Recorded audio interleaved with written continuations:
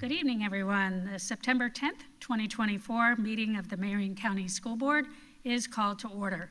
Mirroring and modeling the way our students begin each day, I ask that we observe a moment of silence at this time. Please join me.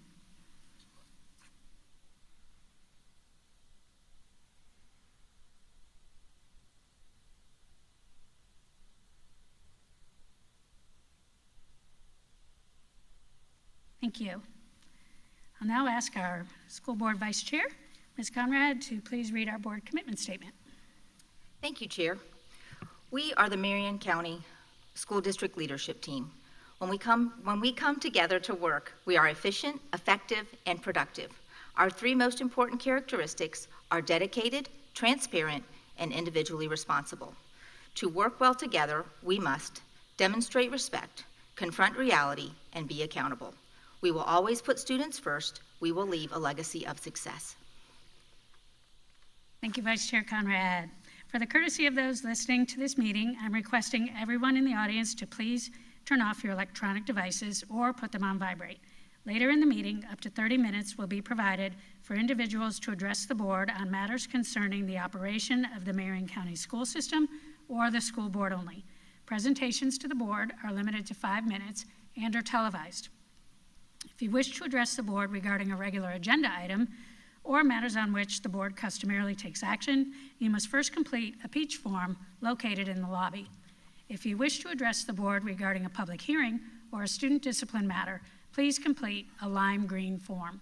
These forms must be fully completed and received by the board clerk no later than 5:40 p.m. The procedures applicable for each are on a separate sheet. Good evening, board clerk. Please call the roll. Dr. Allison Campbell, District 1. Here. Mrs. Lori Conrad, District 2. Here. Mr. Eric Cummings, District 3. Here. Mrs. Nancy Thrower, District 4. Here. Dr. Sarah James, District 5. Here. Arish Bawani, Bellevue High School. Here. Adrialis Diaz, Westport High School. Here. Dr. Diane Gullett, Superintendent. Here. Mr. Jeremy Powers, School Board Attorney. Here. Thank you, Ms. Martinez, and we're also very grateful to have the Honorable Stan McLean with us in the audience tonight. Welcome, sir. All right, Dr. Gullett. Oh, let's please stand for the pledge. Well, we're not going to do that yet. Right. Jumping the gun. Dr. Gullett, good evening. Please introduce the person who will be leading us in our Pledge of Allegiance this evening. Good evening, Madam Chair, members of the board. Happy to do so. I'm really privileged to have Dr. Brewer come forward, who is going to introduce to you none other than our wonderful principal at Lake Ware High School, Mr. McAteer, with some special guests from the Construction Academy. Thank you. Yes, good evening, Chair Thrower, board members, and Superintendent Dr. Gullett. I have the privilege of bringing Mr. McAteer to the podium this evening. We are excited for him to be here tonight and for his special guests, and I will allow him to share their accolades and all of the great things that they are doing at Lake Ware High School this school year. So, Mr. McAteer, please join me. Awesome. Good evening, Mr. McAteer. Good evening. Come on up, guys. So good evening, Board Chair Thrower, Vice Chair Conrad, members of the board, Dr. Gullett, Attorney Powers, Ms. Martinez, and our student representatives. I am very pleased to be here tonight representing the teachers and students of Lake Ware High School.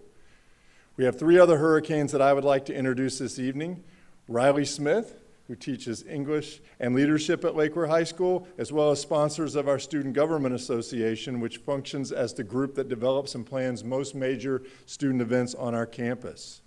We also have Senior Whitney Gledden, who is our Student Government President, and Senior Jacob Cooper, who is our Student Government Vice President. These two students are outstanding students in the Lake Ware Cambridge program and also involved in a large number of activities on our campus. In fact, Jacob is missing football practice to be here this evening. One of the things that are most important to me as a school leader is to provide opportunities for our students. This year at Lake Ware High School, we have introduced a 7-period day, which allows our students the ability to take electives that they previously would have been able to enroll in.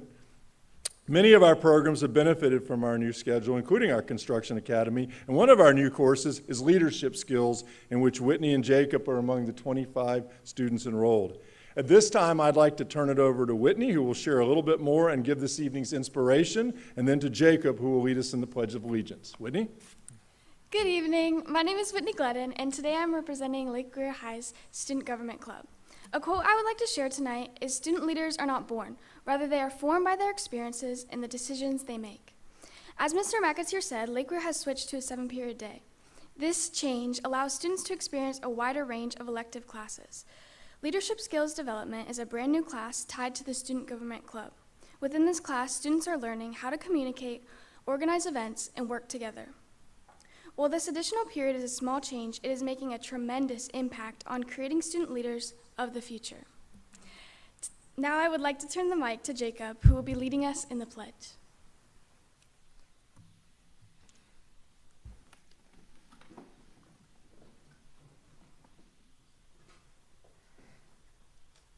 I pledge allegiance to the flag of the United States of America and to the republic for which it stands, one nation, under God, indivisible, with liberty and justice for all. Thank you, and we want to definitely come down and take a picture with you.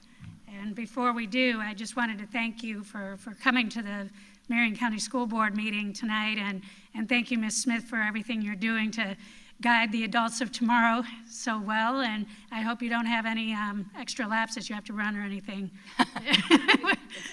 And thank you again for being here. It really means a lot, and for being the role models that you are for other students, and I know your families are really proud of you. So we'll come down and take a picture.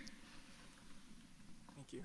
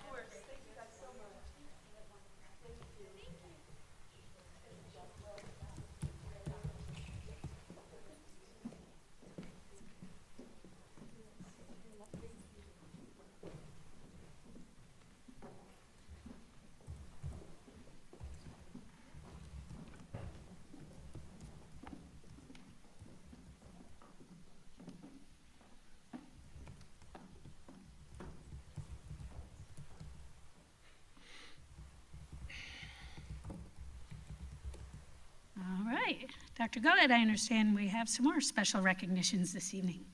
We do. Thank you, Madam Chair, members of the board. And so the first recognition is related to the last one, Lake Weir High School. I'm happy to have Kathy Audie come forward from Career and Technical Education, who's going to introduce some very special members of our community, and a wonderful partnership. It's taken about a year in the making, so we're really excited about tonight. So Ms. Audie, thank you. Good evening, Chair Thrower, Vice Chair Conrad, board members, and Superintendent Gullett. Over the past year, as she just stated, we've been working really closely with the Marion County Building Industry Association to start our first ever pre-apprenticeship program at Lake Weir High School in the carpentry program. Thanks to the support of the Builders Association, this year we are already right now enrolling students in that pre-apprenticeship program. This program will allow students to participate in work-based learning and earn hours towards a full apprenticeship program once they graduate high school. The Builders Association has been the driving force in getting this opportunity off the ground for our students. They've donated time, equipment, and funds to help make this a success. We are extremely grateful for this partnership and are excited to offer this opportunity to students. In addition to the countless hours they've spent on this endeavor, they also recently donated $5,000 to Lake Weir High School construction program. Tonight, I'd like to recognize some people that are here with us from the MCBIA board. We have with us tonight MCBIA President David Tillman of Tillman & Associates, MCBIA CEO Denise Alexander,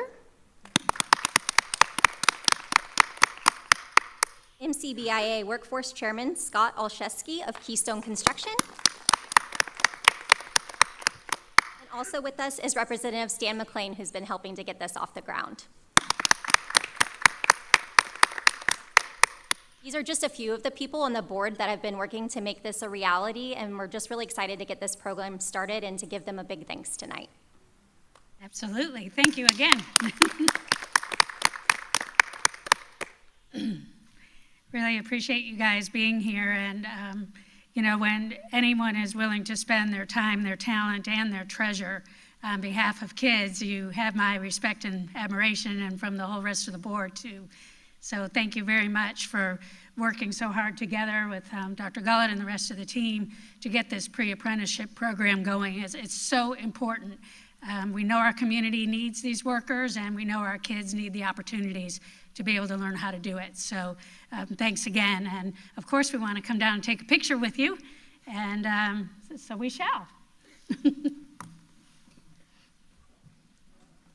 the kids from Lake Weir. Yes, and please have the kids from Lake Weir join us as well.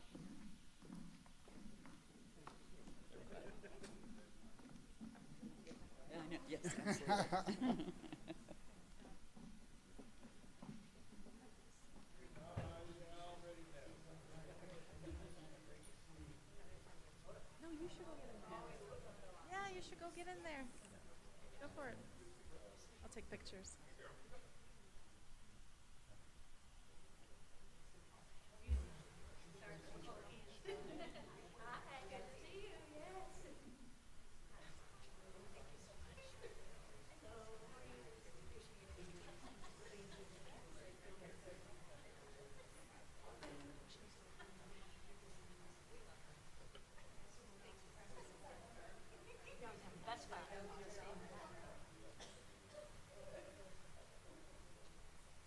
All right, looking this direction, and 1, 2, 3, couple more, and good to go.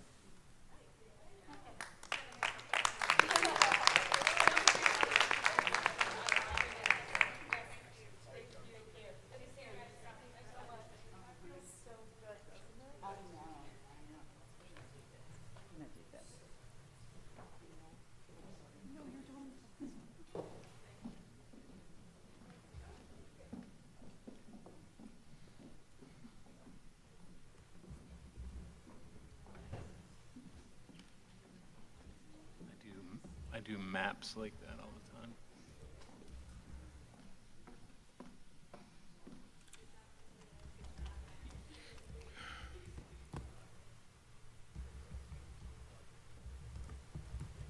All right. And we'll just keep it going, Dr. Gullett. What else? Thank you. So for the final recognition tonight, I have the pleasure of introducing board two of our newest members of our team. And when I call your names, if you all would stand up, please. Kelly James, who is the new assistant principal for instruction at Horizon Academy at Marion Oaks. She previously served as the instructional coach at Horizon Academy. Pleased to have you as part of our team. You already have fans, ma'am. She has supporters, that's right. Congratulations. And another person who is not unfamiliar to you, board, Kayla Johnson, who's our new Director of Finance and Budgeting. You saw her just a bit ago. And as you well know, she served previously as the Senior Accountant in Finance and Budgeting Department. Pleased to have both of them on board. Fantastic. And I know tonight's a great night for you. We just approved the budget earlier. All right, wonderful. And that concludes our recognitions, That correct? concludes that for tonight. Thank you. All right, thank you. Well, we will move on to something else very positive, which is recognizing some donations. And we graciously acknowledge the following donations made to benefit our schools, students, and staff members, including $5,000 to Lake Weir High School from the Marion County Building Industry Association, to be used for Lake Weir High School's Construction Academy, to pay the Academy of Construction Technologies Incorporated fee so that students may be offered apprenticeships through the program. And $1,875 to Hammett L. Bowen Jr. Elementary School from Ocala West United Methodist Church, to be used at the principal's discretion to support the staff and student body. $1,000 to Liberty Middle School from the Florida FBLA PBL Foundation to be used to support the Liberty Middle School FBLA Club. We also have school supplies and books valued at $4,360.95 from the Enchanted Backpack to Greenway Elementary School to be used to support student needs and parent involvement events. We also have school supplies and books valued at $4,360.95 from the Enchanted Backpack to Bellevue Santos Elementary School to be used to support students and teachers in the classroom. We have backpacks and school supplies valued at $1,200 from DeVita to Fort King Middle School to be used to support students. We have $1,500 to Stanton Weirsdale Elementary from the Puck Puggy chapter of the National Society Daughters of the American Revolution, Incorporated, to be used to restock the book vending machines for student incentives. All right, wonderful. Dr. Gullett, we'll move on now to the board business for the evening. If you would please make a recommendation on tonight's school board meeting agenda.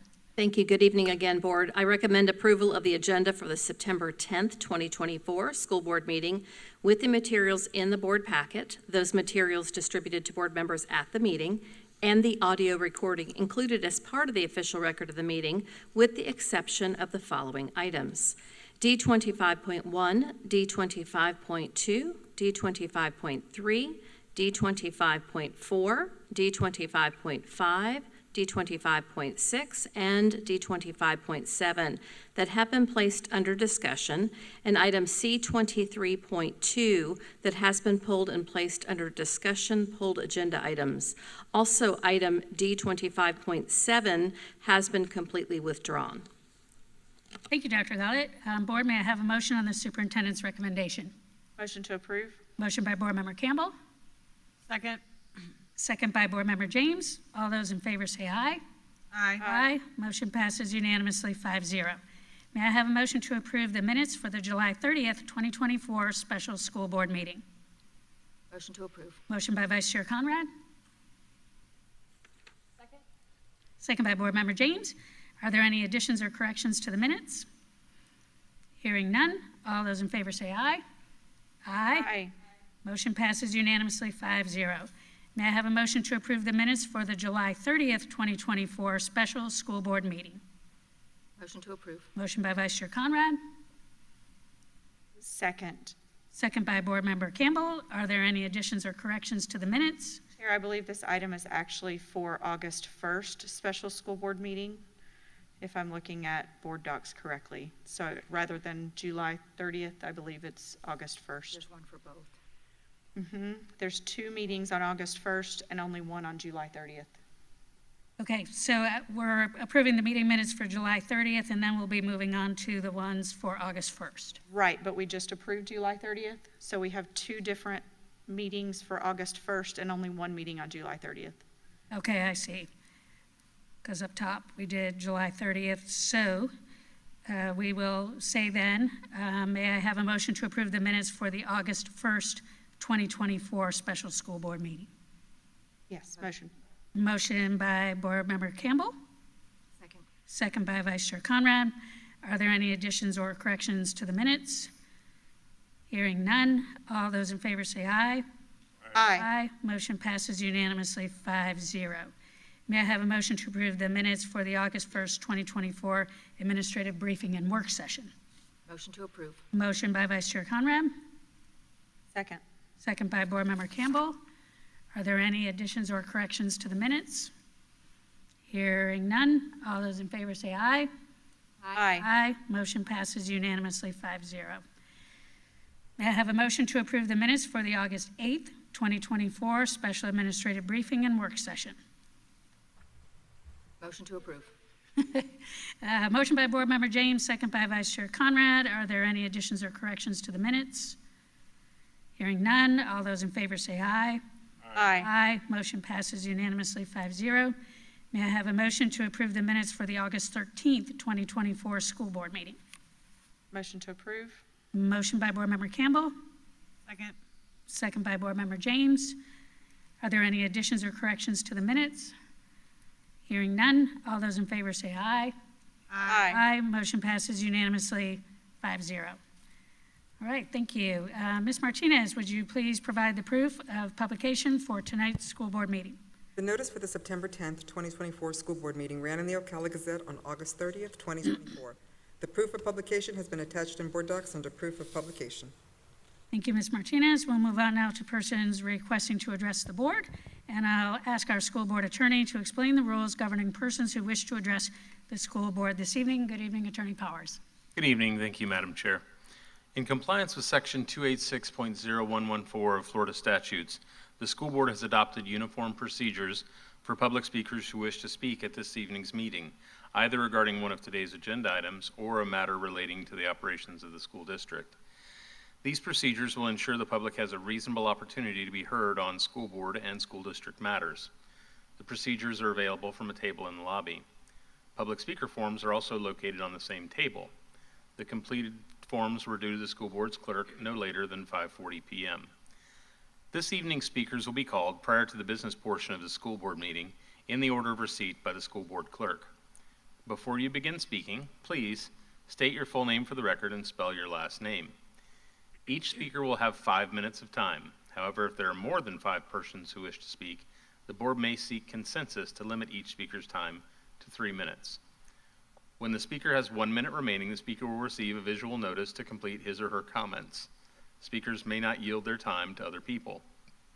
Speakers and meeting attendees are expected to conduct themselves in a respectful manner. Therefore, verbal attacks and profanity are strictly prohibited. Pursuant to the procedures for public comments, item 6, speakers are not to identify specific individuals other than themselves or their child unless the statement has been provided 24 hours in advance. The board is here to listen to your comments only. You may be directed to an administrative staff member following the conclusion of your comments for further assistance to address your concerns.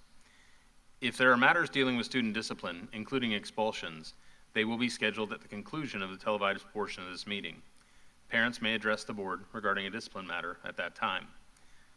To ensure student privacy, only a parent or guardian may use a student's first or last name. Identifying references to or identification of other students or their families is also strictly prohibited. A speaker's speech does not reflect the endorsement, sponsorship, position, or expression of the school board.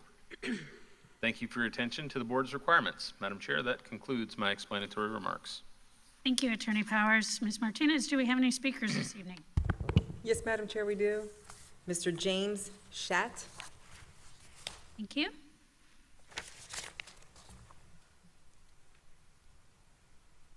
Good evening, sir.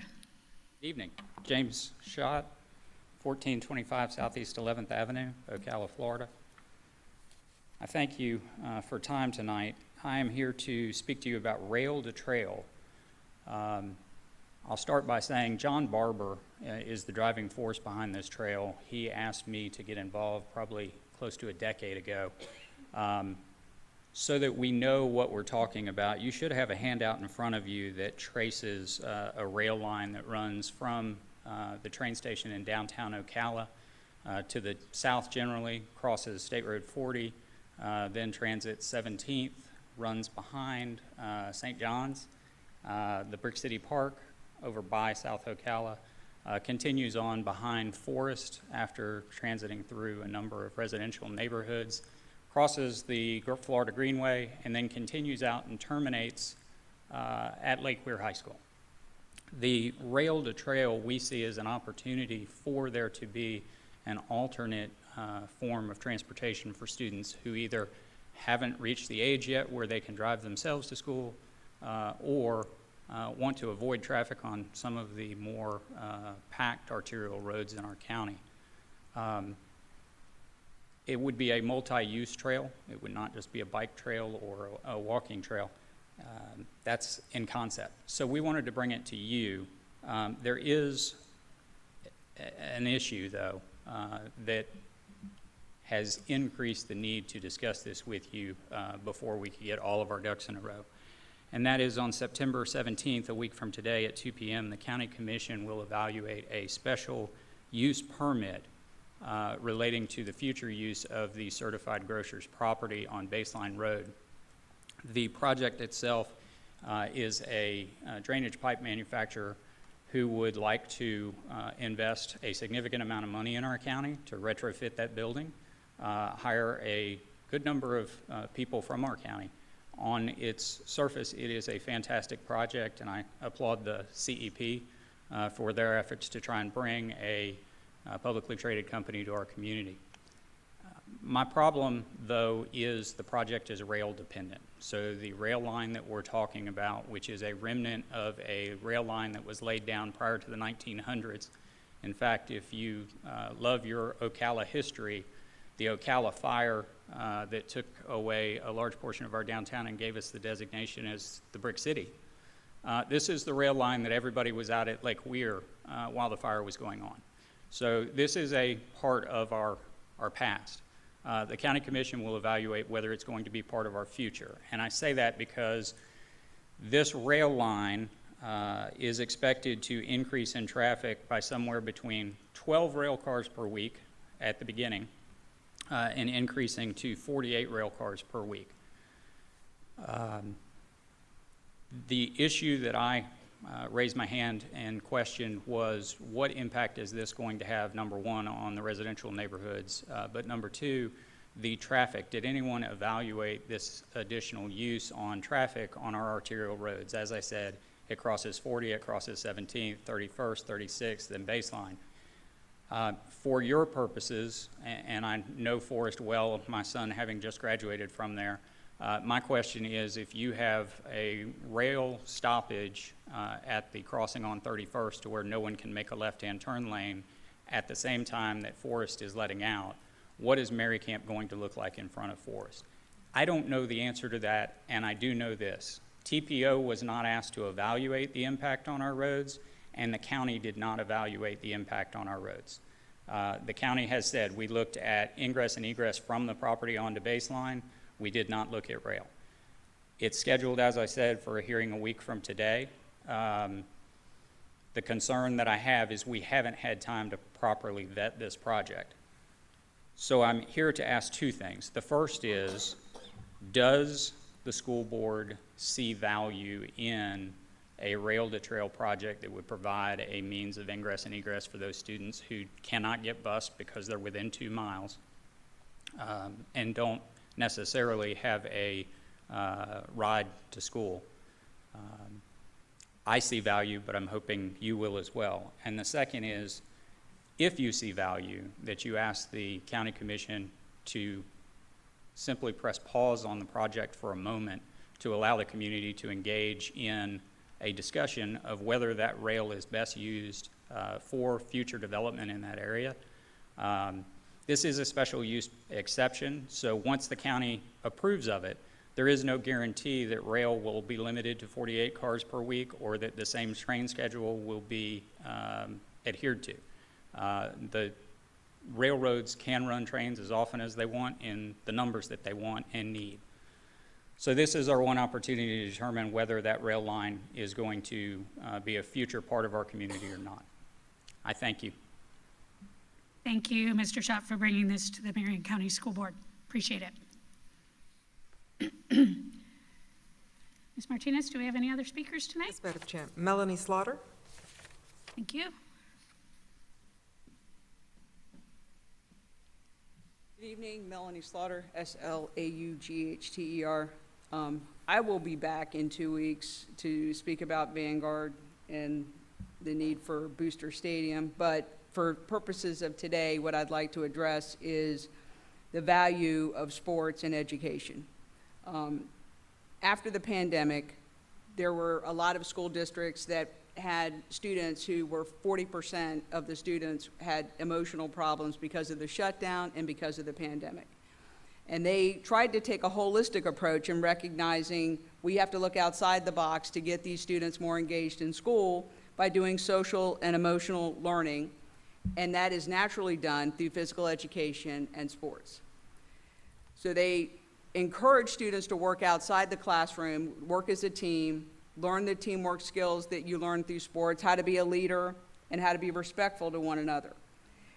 The Baltimore School District, which is a minority school district, began a project that culminated in 2023, which was just last year, to improve academic outcomes through the power of sports. Students who participated in sports all 4 years in that program had a graduation rate of 98.5%. Students who did not participate in any sports had a graduation rate of 62.9%. This is the power that sports can do in academics and having academics and athletics go together. I've been before the board before to talk about the things that Coach Farmer has done at Vanguard High School and the power that sports has had to transform the lives of student athletes. This board, I would suggest, should look towards athletics as a basis to pull in students who are in the bottom quartile and who need something to draw them to school, who don't naturally like school, who don't naturally like to study, who don't naturally like to do these types of things, but they can be encouraged to do things through sports, because sports will teach them discipline. It will teach them that they have to be somewhere when they're supposed to be. It'll teach them that they have to attend practice like they're supposed to. And if the coach has them study for practice, because I'm heading over to work with some MCYFL kids after practice on their academics, then those things help students do better in school. It helps students that would normally not stay in school be in school. If you want to engage the community, go to the sporting events, because that's where the parents and that's where the students are. They will be there. You will have, Mr. Carlisle's here, he knows, he tried his hardest when he was at Vanguard High School to get the community involved, and they did not come. But when he came to football games, everybody knew he was there. It was all over social media that Mr. Carlisle was at our football game. He was standing on the sideline supporting our student athletes. Everybody knew he was there. Everybody knew he was involved. Everybody knew he cared about the students at that school. That's the difference between academics and athletics for kids that aren't normally involved in it. And I would suggest to the board that we need to look at the academic and athletic component, because Vanguard last year had the highest GPA of any football team in Marion County. The highest one.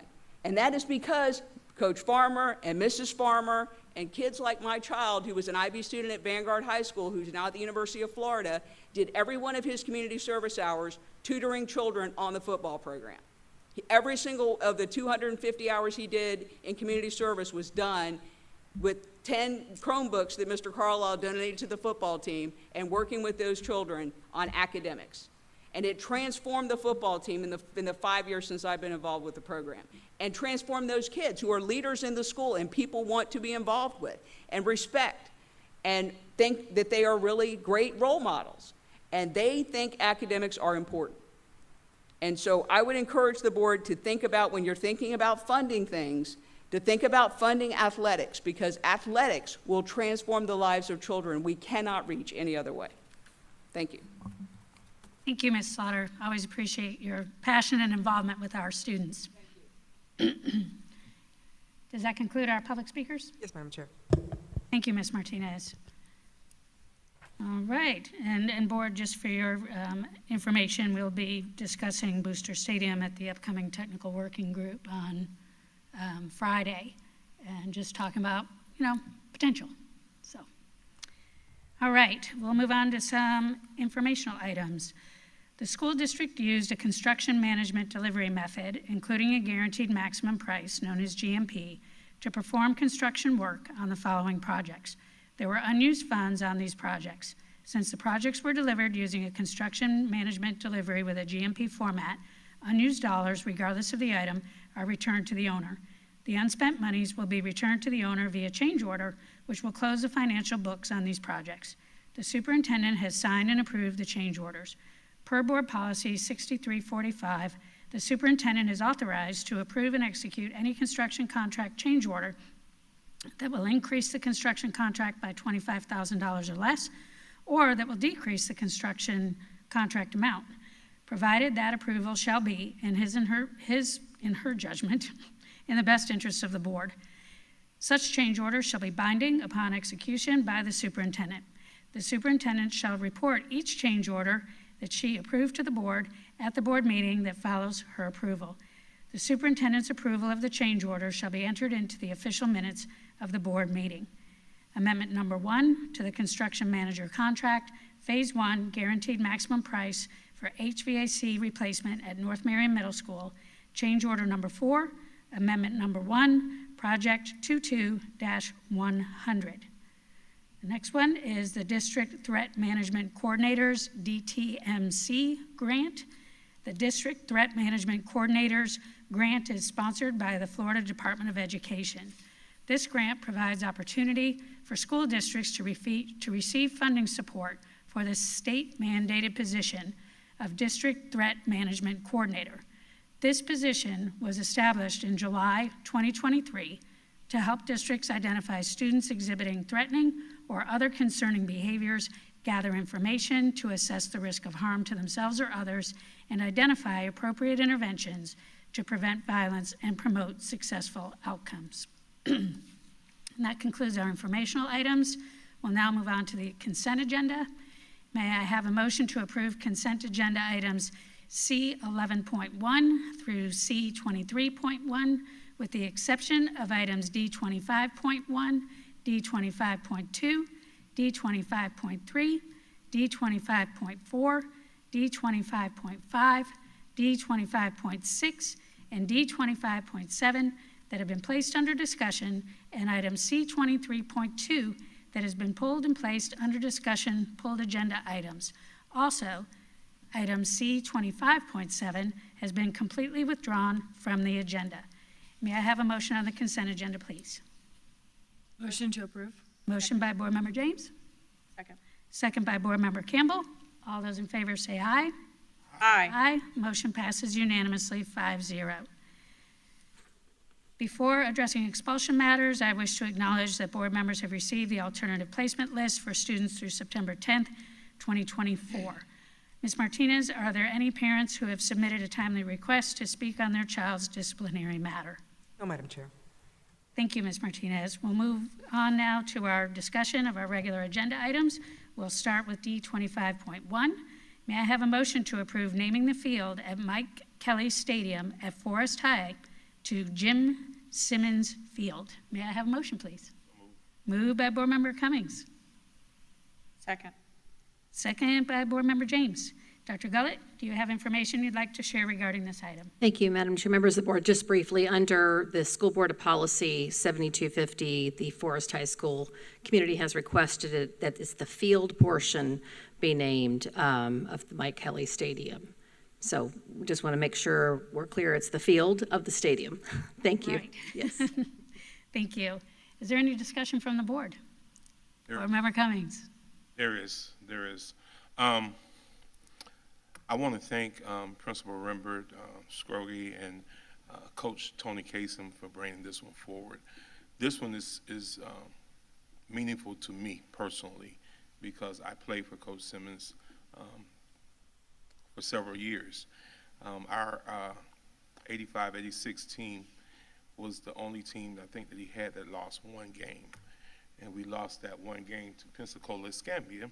And if anybody knows anything about Pensacola-Escambia, the running back for that school at that time was current NFL Hall of Famer Emmitt Smith. So that was the only game we lost. So He must have been out injured. No, he played. He actually played, but Coach Simmons and his coaches did a tremendous job of preparing us. And I think it's a great honor for him to have this field named after him. So kudos to him and to everyone that came from under him, because I think most of us are pretty successful based on some of the things that we learned from him on the field. So I'm ready to vote on this one. Unless there's any other discussion from the board? All right, hearing none, I think that's pretty impressive that you played with him, against Emmitt Smith, but you played with him. Yeah, he played with us. He played with you guys, yeah. We were winning to halftime, but things changed. Yeah. And Coach Kaysen was our quarterback. So this is good to see this one come forward. So. Sure is, that's great. Thanks for that background, that's really cool. All right, if there's no further discussion, we'll go ahead and vote. All those in favor say aye. Aye. Aye. Motion passes unanimously, 5-0. All right, moving on to our next item, D25.2. May I have a motion to approve the grant application for Florida Diagnostic and Learning Resources System Associate Center, otherwise affectionately known as Fiddlers? Motion to approve.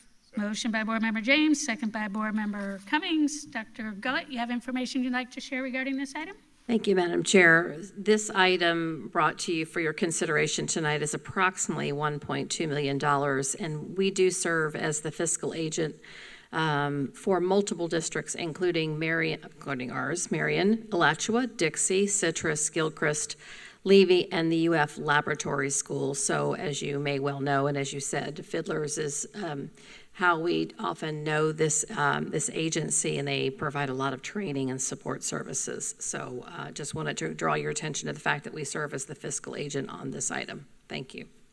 Thank you, Dr. Gullett. Is there any discussion from the board? All right, hearing none. All those in favor say aye. Aye. Aye. Motion passes unanimously 5-0.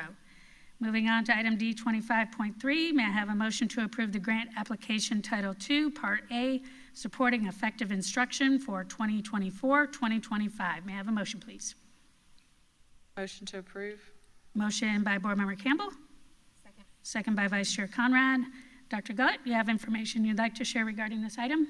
Yes, I do. Thank you. Actually, Board, the next two items, you're going to have a presentation on both. We put those together on purpose, two large ticket items for federal dollars. The first one is the Title II for training at approximately $4.5 million. The second item you'll vote on separately, of course, is approximately $517,000 in Title III dollars. So you're going to have a presentation now by Ms. Hughes, and I know you'll need to vote on that separately. Thank you.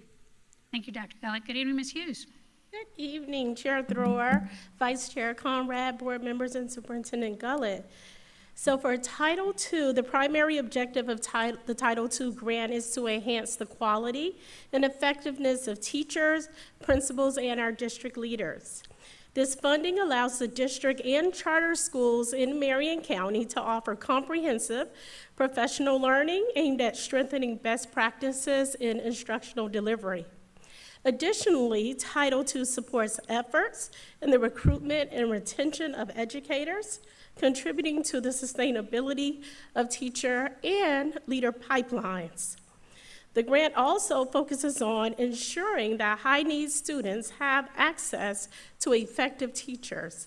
Key activities include professional learning initiatives tailored to support diverse student populations, particularly multilingual learners and our students with individualized education plans. All right, thank you very much. Yes. Appreciate the details. Anything else, Dr. Gullett? Nothing additional. Thank you. Okay, thank you. All right, we'll move it to the board. Any discussion on the first item, the grant application Title II, Part A, supporting effective instruction? All right, hearing none. All those in favor say aye. Aye. Motion passes unanimously 5-0. Moving on to D 25.4, may I have a motion to approve the grant application Title III, Part A, English Language Acquisition, Language Enhancement, and Academic Achievement Act of 2024-2025. Need a motion. Motion to approve. Motion by Vice Chair Conrad, second by Board Member Campbell. Dr. Gullett, anything additional? Nothing additional. Thank you. Okay, thank you very much. All right, any discussion from the board? Hearing none, all those in favor say aye. Aye. Motion passes unanimously 5-0. Moving on to D 25.5, may I have a motion to approve the Third Amendment with Power School Group LLC? Motion to approve. Motion by Board Member James. Second. Second by Vice Chair Conrad. Dr. Gullett, you have information you'd like to share regarding this item? Yes, thank you, Madam Chair. This item cost, with your approval, $955,000, and we are looking at extending this to a 3-year term for Power School. Power School then would be on a contract through June 30th of 2027. This includes our data dashboard. It includes professional learning that is internet-based, as well as our assessment platform. So certainly a very comprehensive item here that covers a lot of ground. Happy to answer any questions you may have. Thank you, Dr. Gullett. Is there any discussion from the board on this item?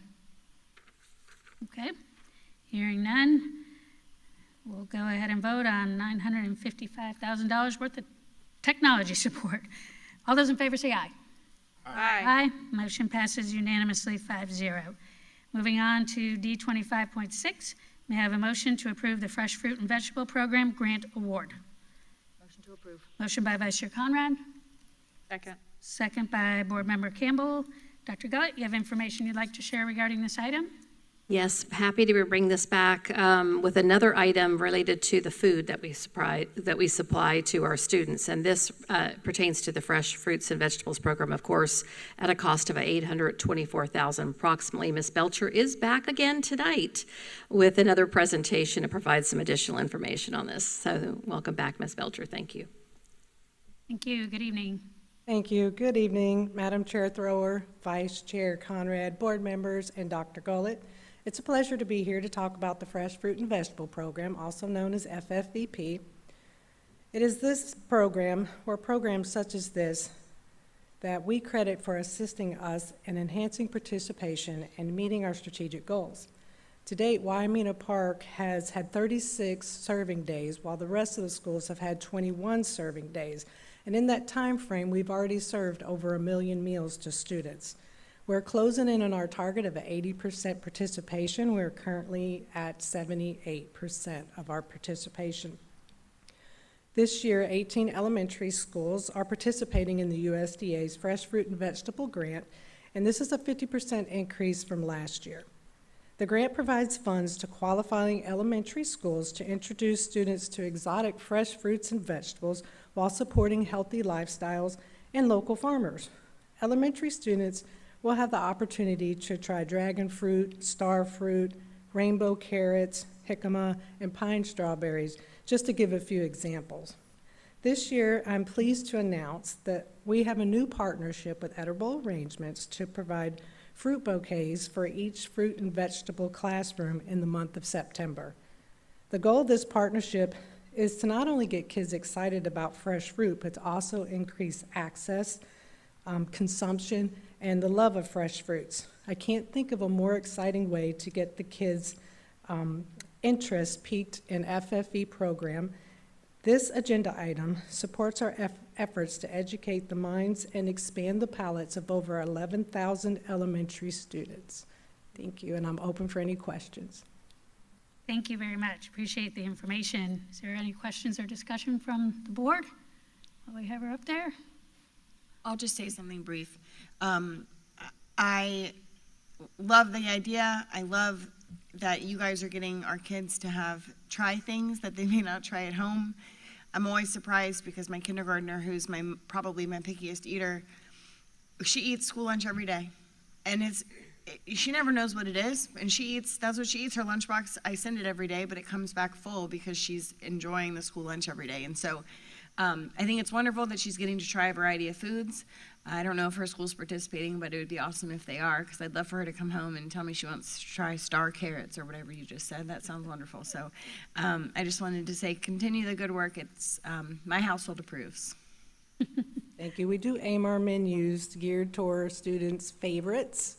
We do taste testing, and we try to put stuff on the menu that we know that they want to eat. But we do also throw out some things that maybe they don't want to eat and encourage them to try it. Yeah, Publix popcorn chicken is the favorite in my house, which isn't at MCPS's lunch line, but she seems to still eat it. And Pizza Friday or whatever day pizza is a hit for sure. So. Awesome, and thank you for sharing that, Board Member James. It's nice to hear, authentic experiences from a mom with kids in the school system. And I don't know that I would know what a star fruit was if it bit me, so I guess I'll have to look for the opportunity to bite it. Thanks again for your presentation. They're always very informative. All right, any other discussion from the board? Hearing none. All those in favor say aye. Aye. Aye. Motion passes unanimously 5-0. All right, moving on to our pulled agenda item, C23.2. May I have a motion to approve the minor renovations, door and window replacement at North Marion High School, change order number 1, work authorization number 6, project 23-107. May I have a motion, please? Motion to approve. Motion by Vice Chair Conrad. Second. Second by Board Member Campbell. Board Member James, you pulled this item and wish to have additional discussion. Yes, ma'am, thank you. So, board, we received an email from Ms. Dobbins maybe about 2 weeks ago regarding this item. Specifically, the project and the scope of the project was windows, but also doors, locks. And I don't know if any of you have ventured out to North Marion High School since the start of school yet, but they have plywood for windows. And I was out there last Tuesday having lunch with my mentee. I believe it was last Tuesday, and got a chance to really go take a look.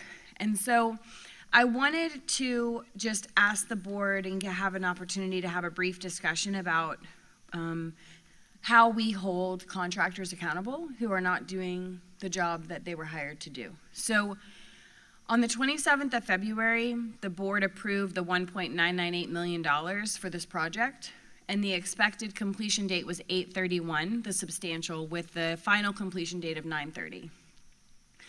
So on 7/1, July 1st, there was an email chain that came through that basically said, oh no, the part is not going to be in, it's delayed. And instead of arriving on 8/2, it was going to arrive on 10/11, which is essentially a 70-day delay. Important to note that that part was ordered on June 21st. So the project was supposed to be completely done by 8/31, and the part wasn't even ordered until 6/21. So we're talking about a little over 2 months. And I don't know what the traditional lead time on this item is. That's not my area of expertise. My point is that when I kind of backwards plan the math, I can see it as they were already delayed. They were behind schedule. And contract, Attorney Powers, you can tell me the exact, I don't have that email up. It's in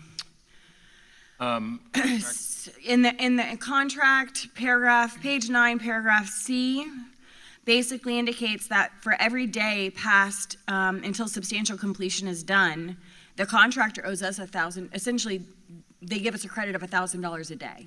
And so I'm bringing this item before the board because there is not a consensus from staff that I have received on who is responsible for why this project isn't done.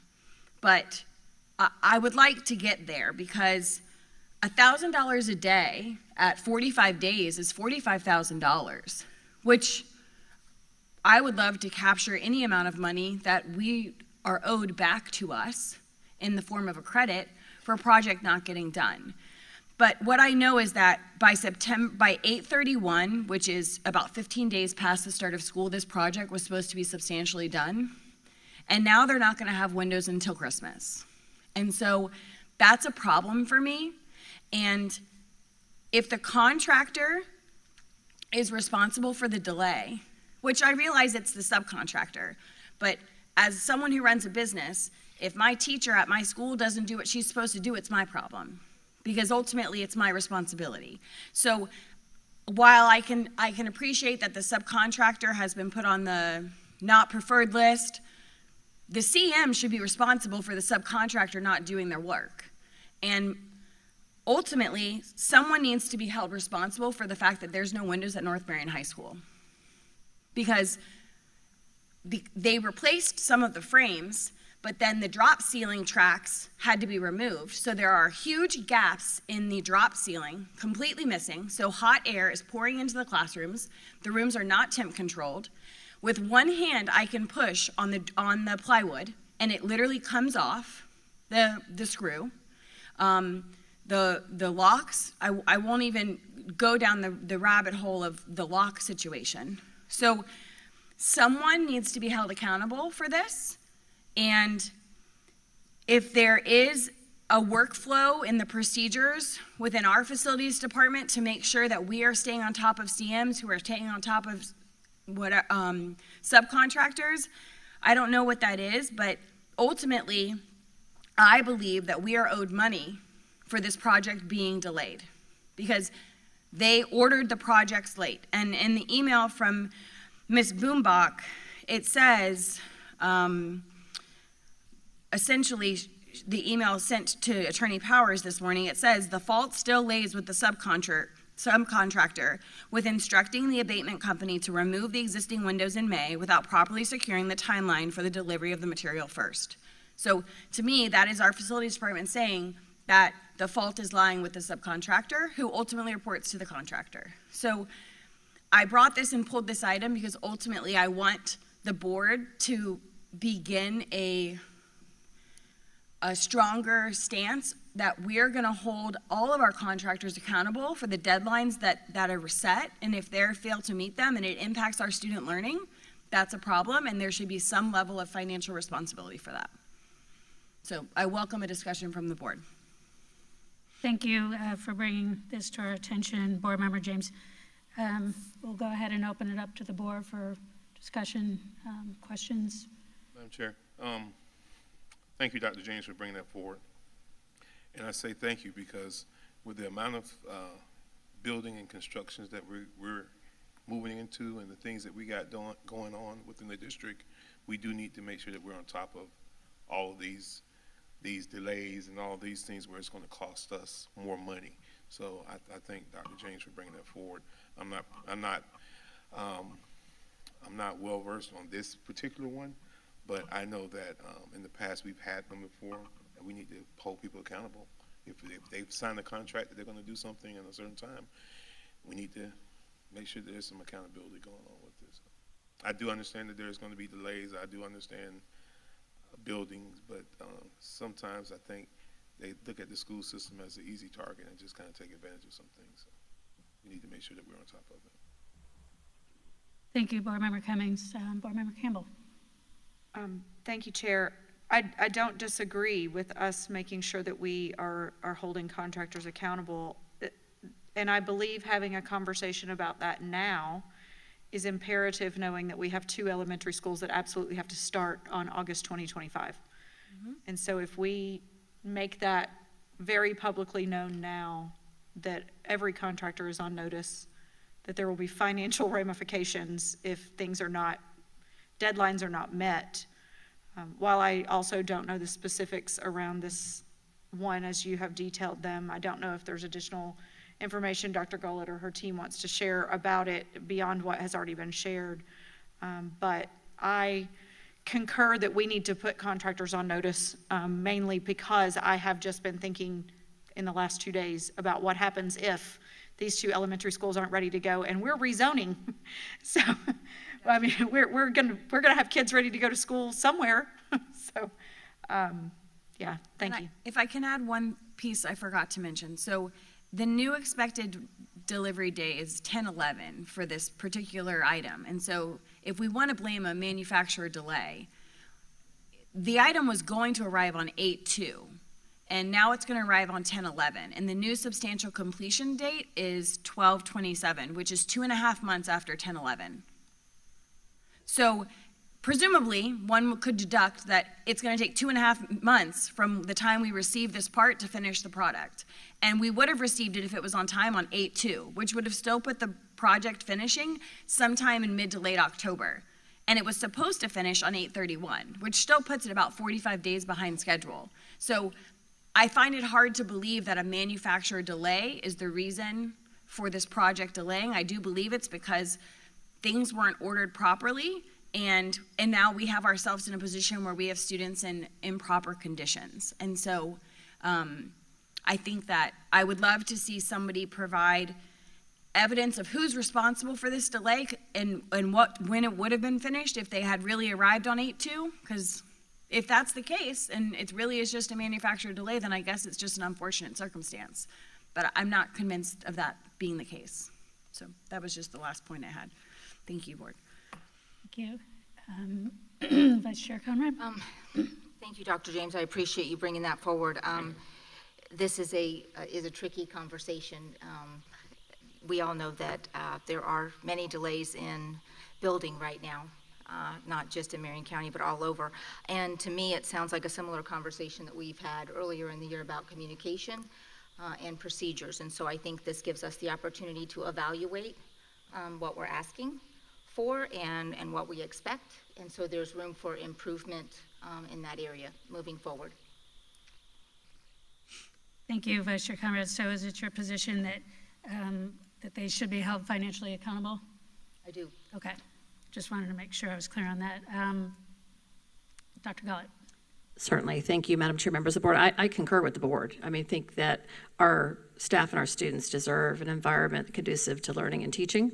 And so I would, and I haven't had a chance to, I haven't heard from Attorney Powers to hear what he can advise the board and what options we have, as this is a board item that has a contract. So certainly look forward to that. Thank you.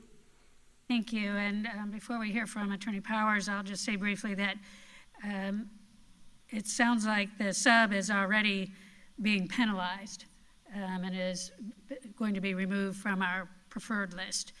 So that indicates to me that the sub is responsible because they're already getting a consequence.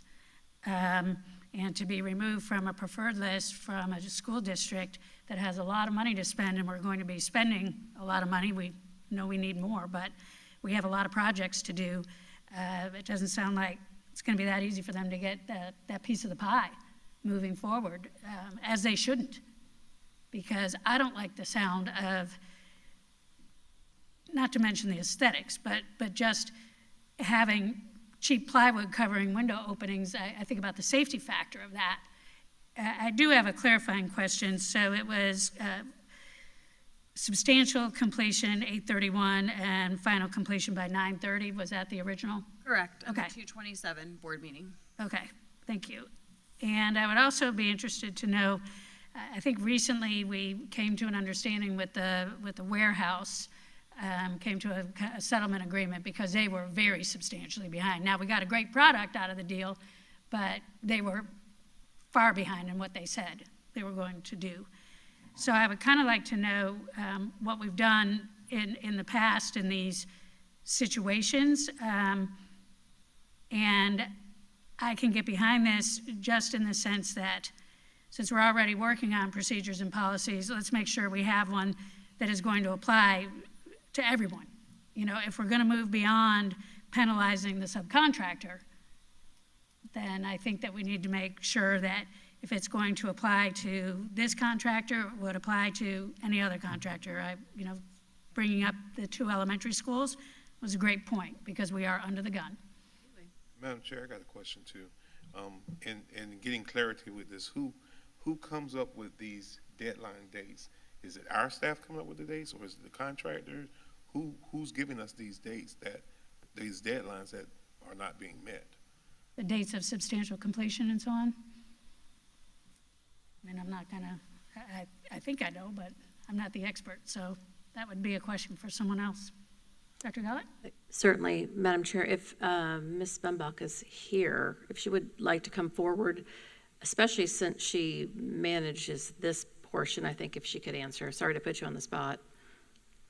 Thank you for sharing. Thank you. Good evening. And all right. please understand that my question is not to put anybody on the spot. I want to know. No, I understand. Good evening, Board Chair Thrower, Vice Chair Conrad, board members, Dr. Gullett. The timeline is set with the contractor. When they get the project, they bid it out, they talk to their subcontractors, they put a schedule together. They also double check on lead times for equipment, and that all will get put into the schedule. So they establish the end date with a lot of unknowns at that point. That's part of the bidding process then? Say again? That's part of the bidding process, correct? That's correct. Thank you. Yes. Just a question.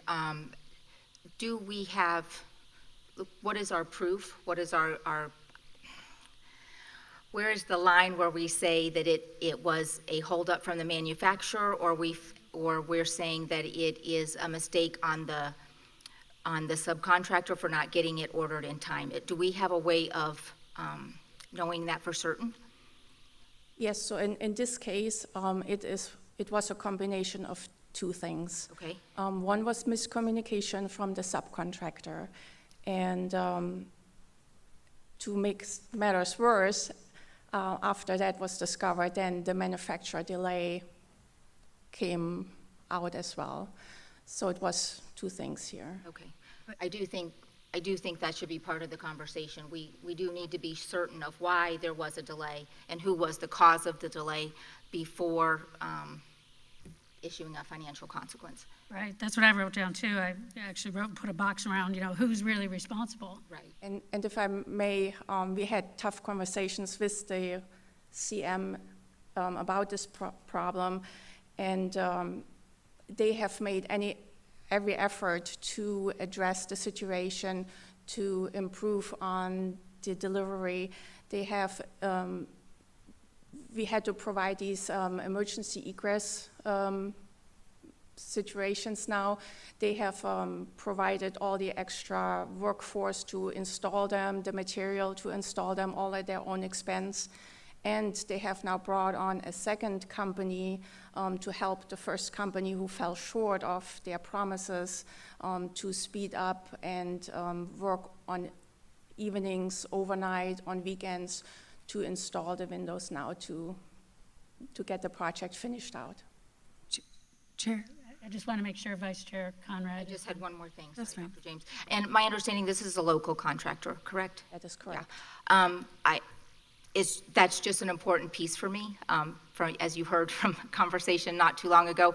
So I just want to make sure that, that we're giving every opportunity for our local contractors to be successful here in Marion County. And so I'm going to go back to that piece about, it sounds like it's a split responsibility, so I'd like to have further conversation and input. Thank you. Attorney Powers hasn't had a chance to weigh in, so let's hear from you, and then Board Member James will be right after him. I think factually, everything I've heard is in compliance with what I've heard previously, what I heard tonight. And that is that there was a combination of factors that resulted in this delay. Some are attributable to the subcontractor, some to the manufacturer. So sort of a perfect storm of events there.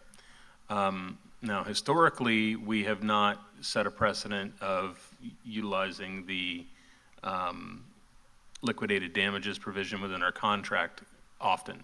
In fact, I'm only aware of one instance in the past where we did, and that was, as you said, with the warehouse, where there was some substantial delays. In that case, we reached a settlement with them, which allowed them to expedite some things at their expense, and also to give us a financial recompense for some of that liquidated damages.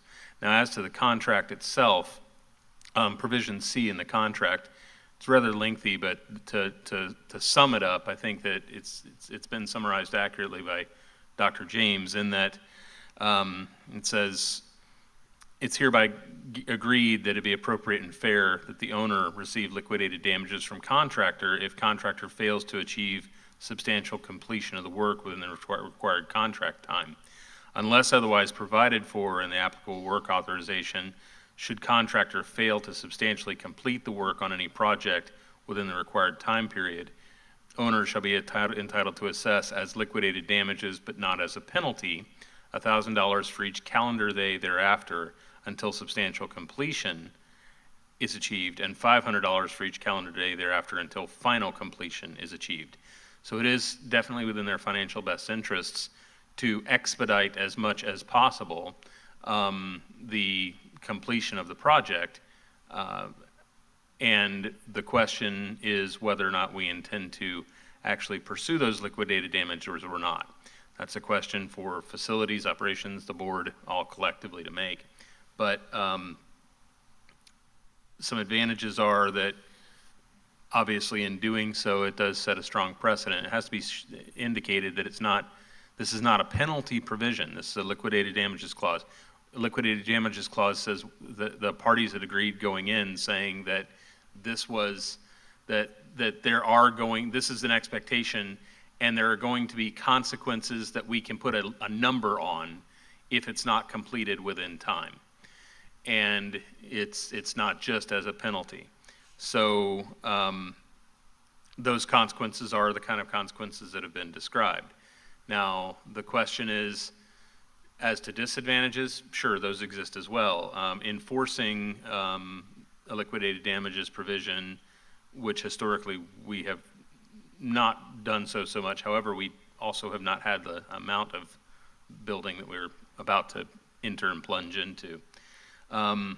It does encourage in the future for contractors to give an increased estimate of the time frame that'll be necessary, because it will allow them to build in additional time in case they have a shortfall.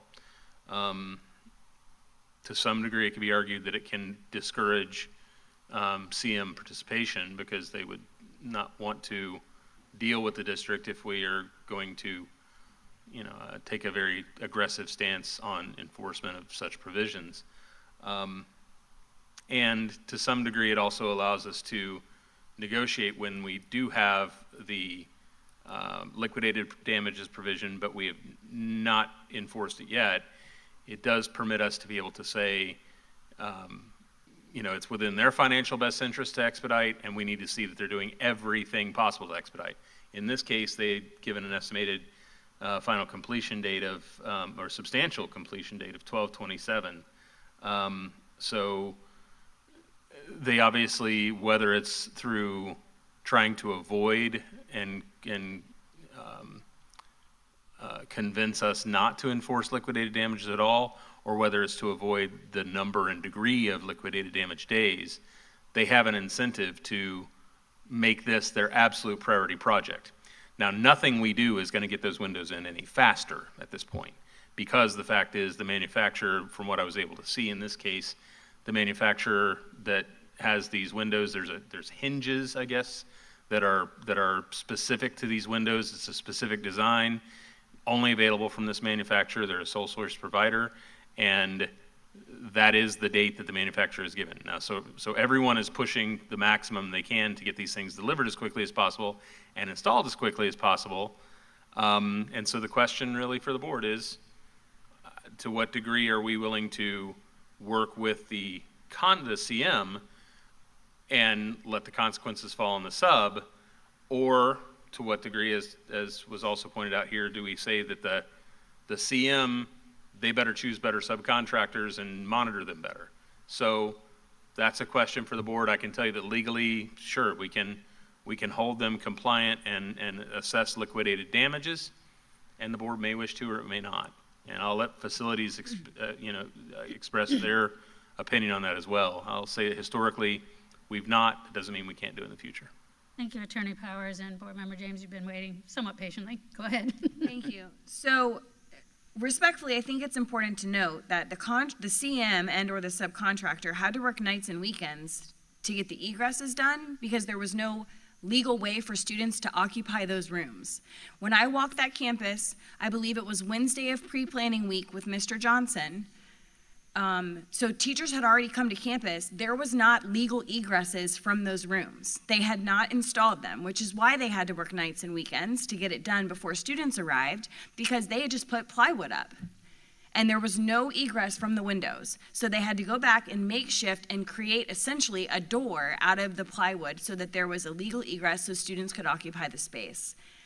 Ultimately, the CM is responsible. Our contract is with the CM.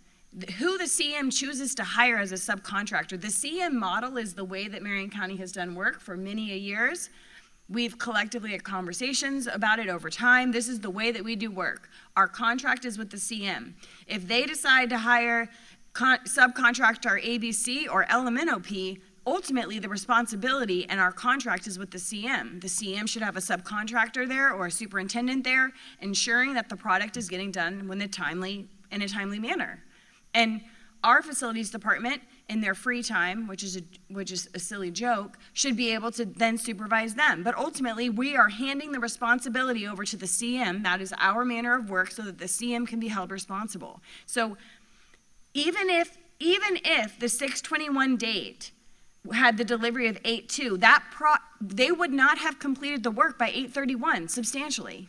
It was already ordered late. So I am of the opinion we have more than enough data to support that they are financially responsible for this delay in some capacity. And yes, it is a myriad of multiple things, but we need to set a precedent that we are going to start holding contractors accountable for their failure to deliver on the timelines that they set.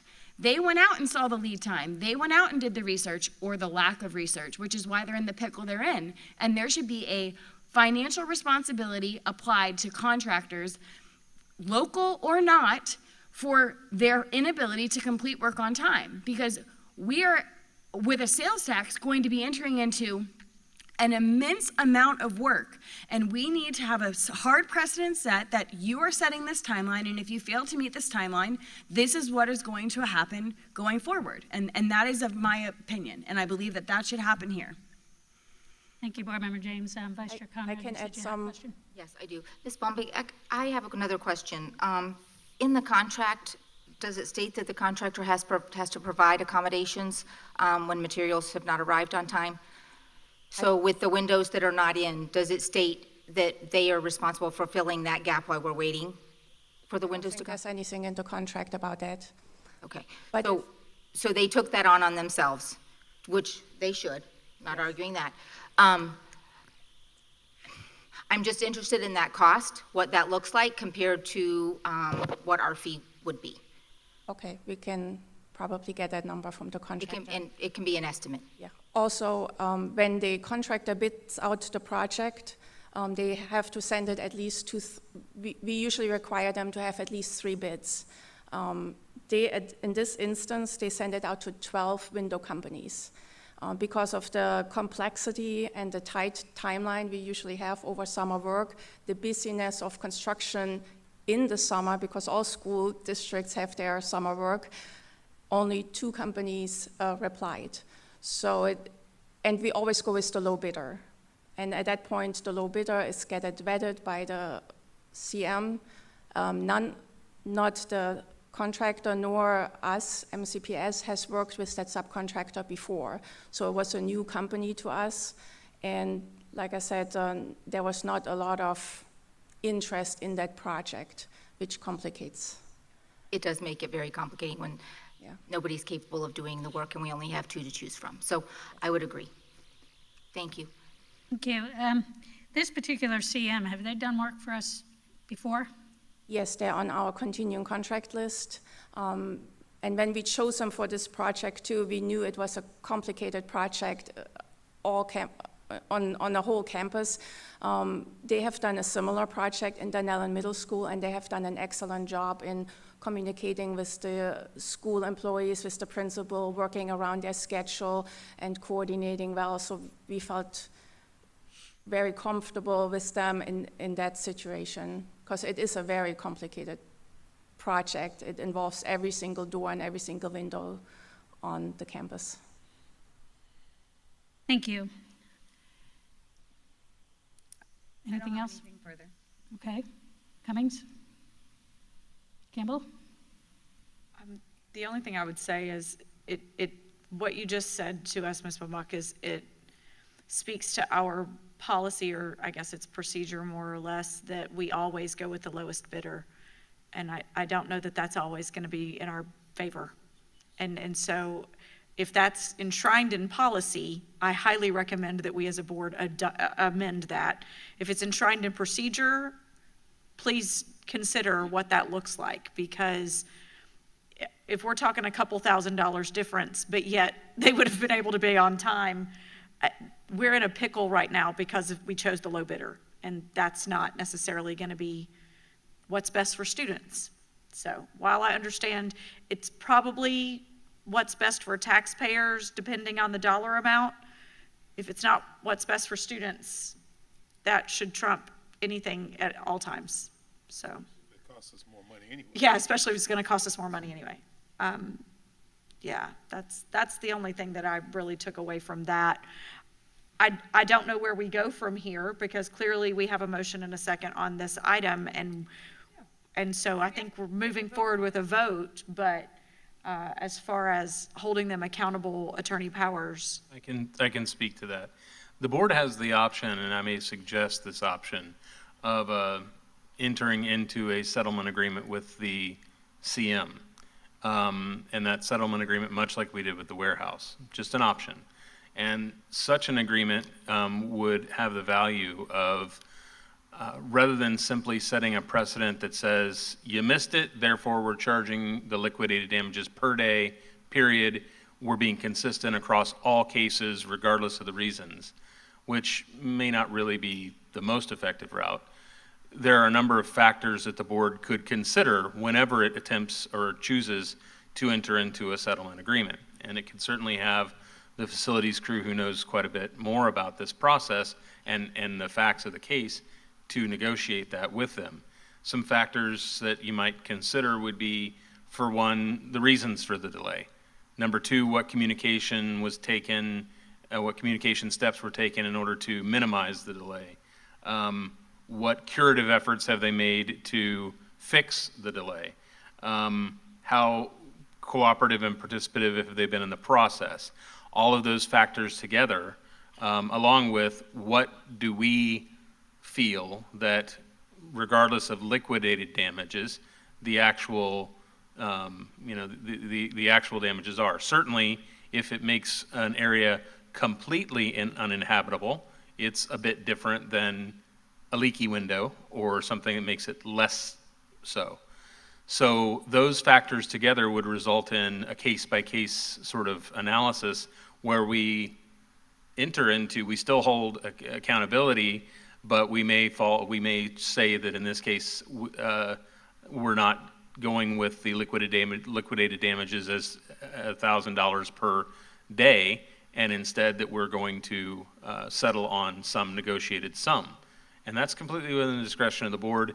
I would advise that your experts in this are the facilities department, who sort of knows all the factors of what has gone into this and may be able to provide a good and cogent argument for why there should be a difference in the cost factor that would apply to this, whereas we might apply something different in the case of a CM who just seemed really not to care and really didn't do anything to make a curative effort other than put something together at what, with whatever materials they had at hand, and then engage in future litigation that has to lead up to that. So those are just factors the board can consider, and that facilities may be able to give you more information on. And I don't want to speak for them because I have not discussed this with them, but that's sort of, I think, the direction that we went in coming to a settlement with the warehouse. And that was, we brought that to the board and said, board has to approve all settlements, and here's the settlement that we believe is reasonable and given the light of circumstances. So that allows a multi-factor analysis. Thank you, Attorney Powers. Thoughts from the board based on what Attorney Powers just shared? I'm fine with going for a settlement if we think that's better than going for actually what the contract language says. Either way, I think there needs to be a financial obligation from the CM because missing the date is on them. But either way we go, whether it's strictly abiding by what the contract says with $1,000 a day or with a settlement agreement, let every contractor right now go on record who is working on projects. That's Osceola Middle School gym, that's 2 elementary schools, we could just start listing them off. We have definite completion dates that we need each one of those projects done. Go on record now. You will be financially responsible if you do not meet those dates. Whether that's a settlement or $1,000 a day. And again, that is held, the CM is the one that's held, just like what you said, Dr. James. It's while they hire subs and while they have to order parts and order product and all the things they have to order, start ordering now. If you've got a completion date in August, make sure you've got everything on hand. It's what's best for students, and that's all we're about all day long. And in that case, I would recommend that, and I'll allow facilities to speak to this as well, but the change order that you would be voting on, if you read, I assume everybody has that in front of them, under present agreement amount, it says the time for completion shall be increased by 119 calendar days due to this change order. And it goes on to say, your acceptance of this change order shall constitute a modification to our agreement and be performed subject to all terms and conditions as contained in our agreement. as fully as if the same were repeated in this acceptance. The adjustment, if any, to the agreement shall constitute a full and final settlement of any of all claims for impact and delay costs. So it strikes me that this would then be something that the board, given what you've expressed, would intend to vote no to the change order. So, and Understood. correct me if that's, not the understanding that facilities has, but I believe that to be the case. If the board's expression is what the board has just expressed, then this change order at this time is not appropriate. So if the board votes this down, then it provides the opportunity to move forward with either liquidated damages or a settlement based on what the board directs. And is that correct? That would be my analysis. I mean, I don't know. We still have to have something that commemorates and memorializes that we have an agreement with them that they're still going to go forward and what our dates are that they're going to go forward with. But this change order would seem to modify that in a sense that it seems like the board would dismisses the need. settlement. Yes, it seems like the board would need to see something that reflects what we just said up here, and bring it back. And we need to come to a consensus whether or not we feel like moving in the direction of a settlement conversation or the liquidated damages. One thing that I lean a little bit towards the settlement agreement is that it allows us to take each one on a case-by-case basis, because there's a lot of competition for these projects. Well, right, that's what I mean. Like, there's a lot of competition for these projects, and there's only so many ones that are doing it. So we certainly want to make sure that we reflect as a district our values of accountability, but also willingness to see each case for what it is and make sure that we're approaching each one in the right way. And that gives us the flexibility. So something to consider. Anything from facilities that can be added to this conversation at this point before the board makes their decision? And if not, that's fine. I just wanted to give you the opportunity. Dr. And if I may, Madam Chair, thank you for that. I was just going to ask Ms. Bumbach, what needs to happen now for the work to continue so that we can make sure that school is as we expect, considering what the board action might possibly be? What do we need to do from the facility side to make sure that the work gets done? They're in the process of installing whatever material they have on hand already. Inspections are ongoing. They're not stopping on installing the windows.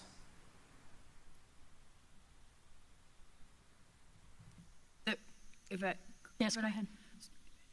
If we could just solidify then, the purpose of the change order is to simply give them an extension on their timeline. That's correct. I see Ms. Dobbins' head nodding. So without the change order, they have the same timeline, which means they are still held accountable to the same timeline that exists right now in this moment before we were to approve a change order. The change order is not changing the amount of money. The change order is not changing the contractor. It's not changing anything about the project. The project will continue to go forward.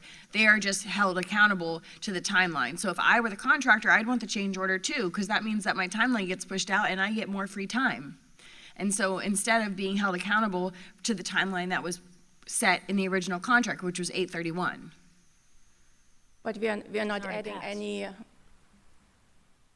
Go ahead. Any additional money that is owed now to the contractor, like when they do now night work and weekend work to install the windows because school is in sessions, they have higher costs. Now they have more staff on hand as well, so they're incurring more costs. They are not charging us any additional costs. They're holding their GMP. So all they are asking is for the extension of time to be. This is a legal document tying back to the continuing contract.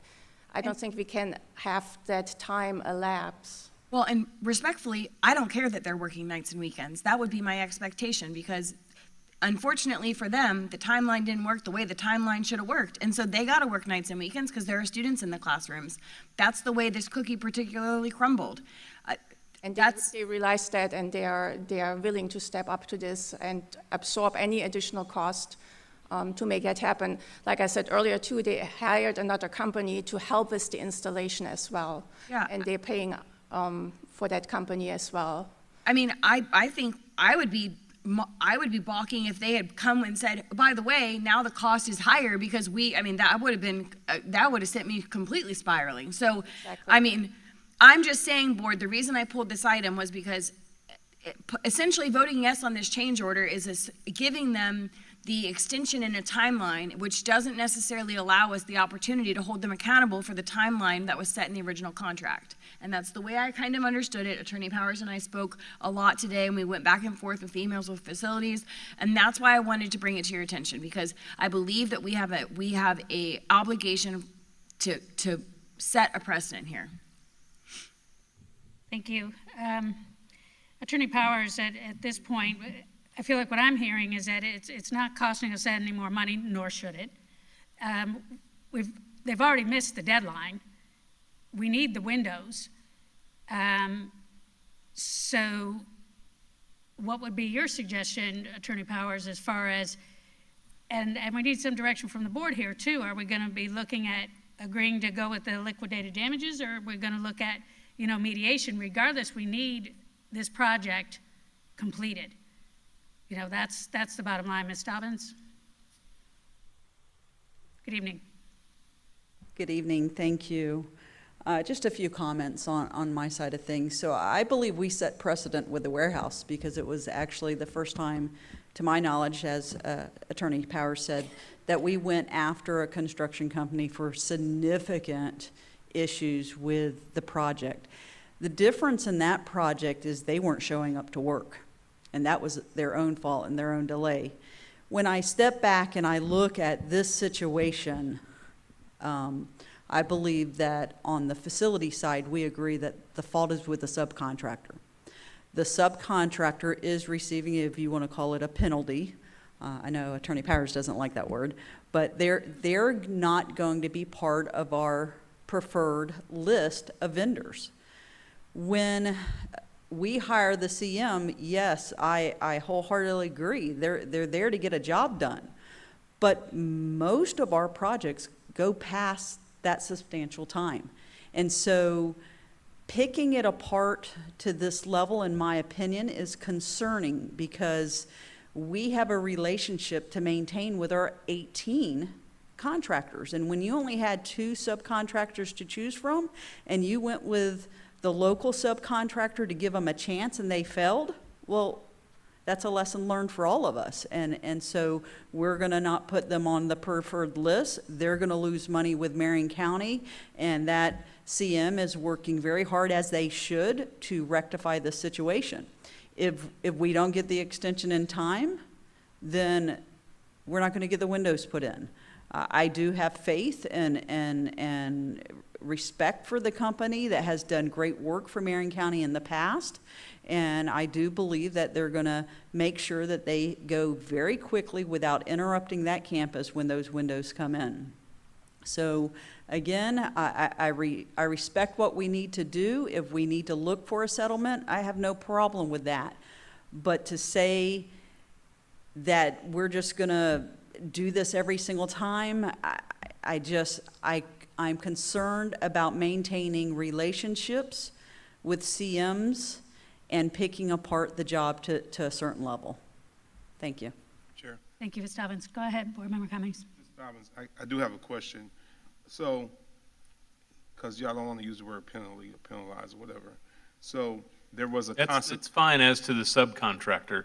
As to the contractor with liquidated damages, it's different than penalty. There was a consequence for the subcontractor. The subcontractor will not make our preferred vendor list. Okay, our preferred vendor. Our preferred vendor list. So we will not approve for a CM to utilize that subcontractor because of this fault. Okay, so all subcontractors are ultimately approved through us once the CM. There's a balancing act with that, and it's called audits. So CMs have to go through a sealed bid process. They have to look at the lowest bidder, and if that lowest bidder is qualified, which our list is a qualification piece to that, then they have to go with that low bid. But if they're not on our preferred list, then they can go to the next one. So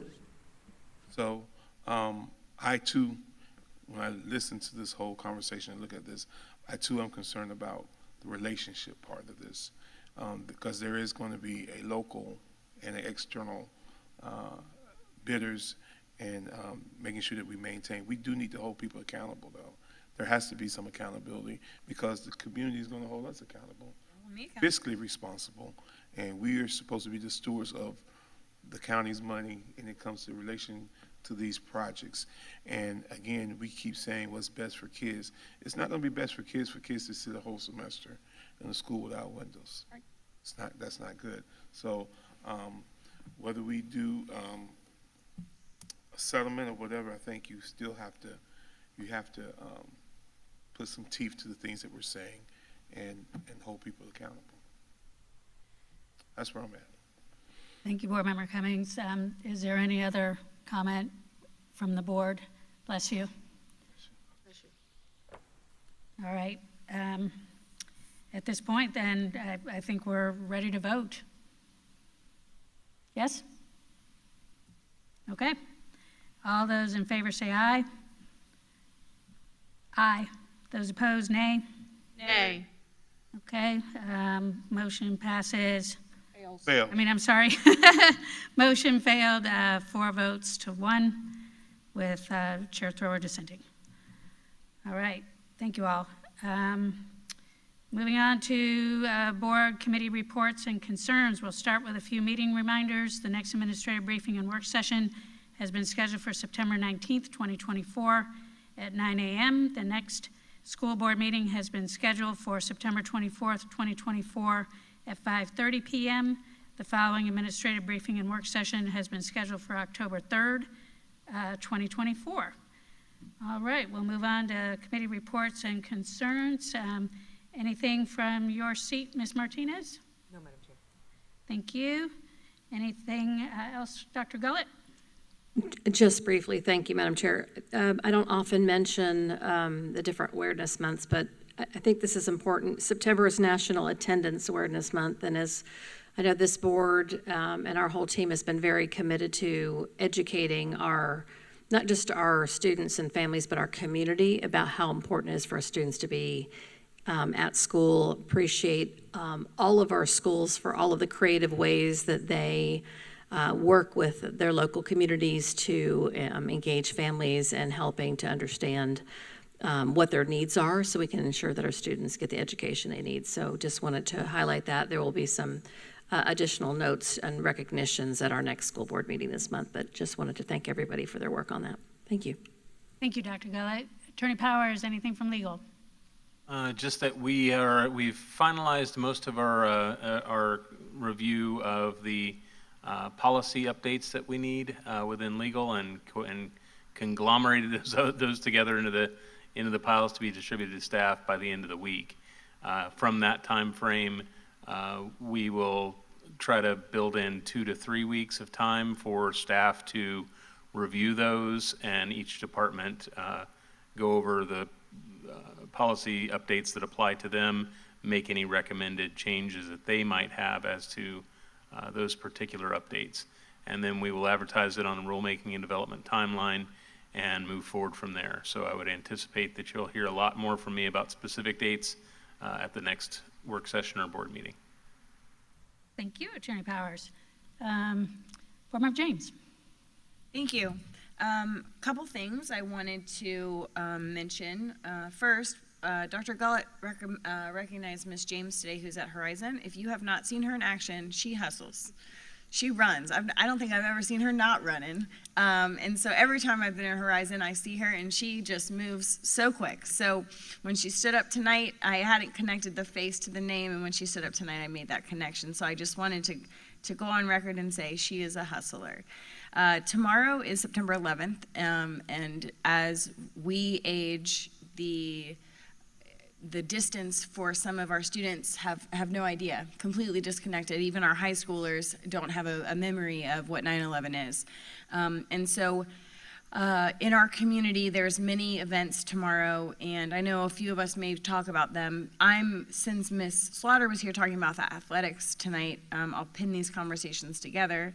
I am one for the athletics myself, and so every 9/11 I climb 2,200 steps, or essentially it's 110 stories. And it's in representation of the flights that were climbed by the firefighters on 9/11. And so I personally go to the fire college to do it, but you could go to the downtown parking garage or anywhere and climb your 110 stories as a way to remember those who paid a pretty significant sacrifice on that day. We do it in perfect quietness and just in memory of those who had to experience something so horrific. So just everyone keep that in your frame of reference, and I hope our teachers will take time to try to encapsulate the memories of that particular event. I try and give principals a few weeks before I start showing up at campuses, because I know the first couple weeks are crazy, but I started back visiting schools this week and visited 2 schools yesterday, was out at Reddick, and every time I'm at Reddick Elementary, I'm just in awe at how beautiful it is. Mr. Manning has done such a tremendous job beautifying that campus. It just looks so nice. And so I'm excited to go out and visit all kinds of schools over the next couple of months. This evening in public comment, we had a community member that spoke about the Rails to Trails. And so, board, I just wanted, he made a request of us, and so I was hopeful that we could collectively talk about it. Chair, I don't know if that's on your agenda to talk about? Yes, it was, so let's go ahead and do it. Okay, perfect. Waiting.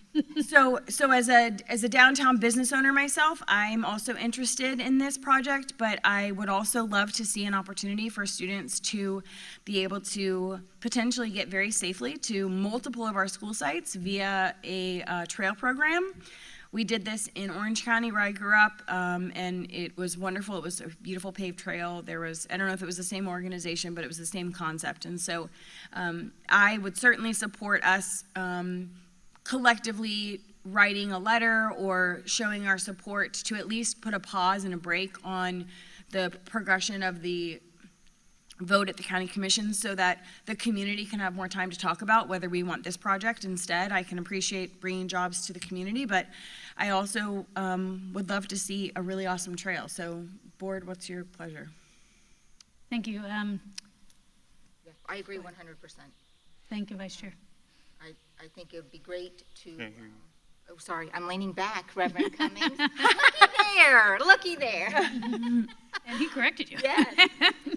I agree 100%, and I think it would be great if we wanted to write a letter, attend the meeting, whatever the board decides on. I'm in support of that. I do think it's important that we do take a pause. I don't know how much of the community is aware that this is even coming forward, because I wasn't, and so I appreciate it being brought forward.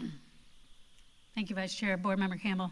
Sure. So my comment is going to be a little bit different, and it's not that I disagree with the project at all. It's just going to be talk about some precedent setting. I don't know that this board has put forth some kind of letter before to the county commission or the city council saying we disagree with the project you're about to vote on. That's a really big conversation to have.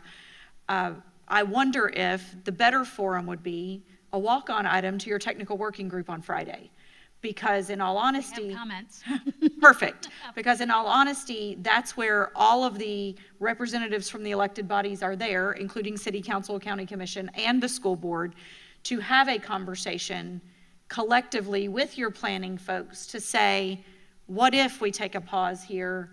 And certainly saying that the school board believes this would be a wonderful path forward, no pun intended, for our students to create better walkable zones. I know that there has been work to build sidewalks outside Forest High School. It's been a long project and it's still in process, but things like that are going to be helpful for our students. There aren't sidewalks out by Lake Weir High School, so I understand the walkability need, but I also want to take a pause and just express concern with us just writing a letter, because I think it does warrant a little bit more nuanced conversation ahead of us just having a letter come today for a meeting they're having next week.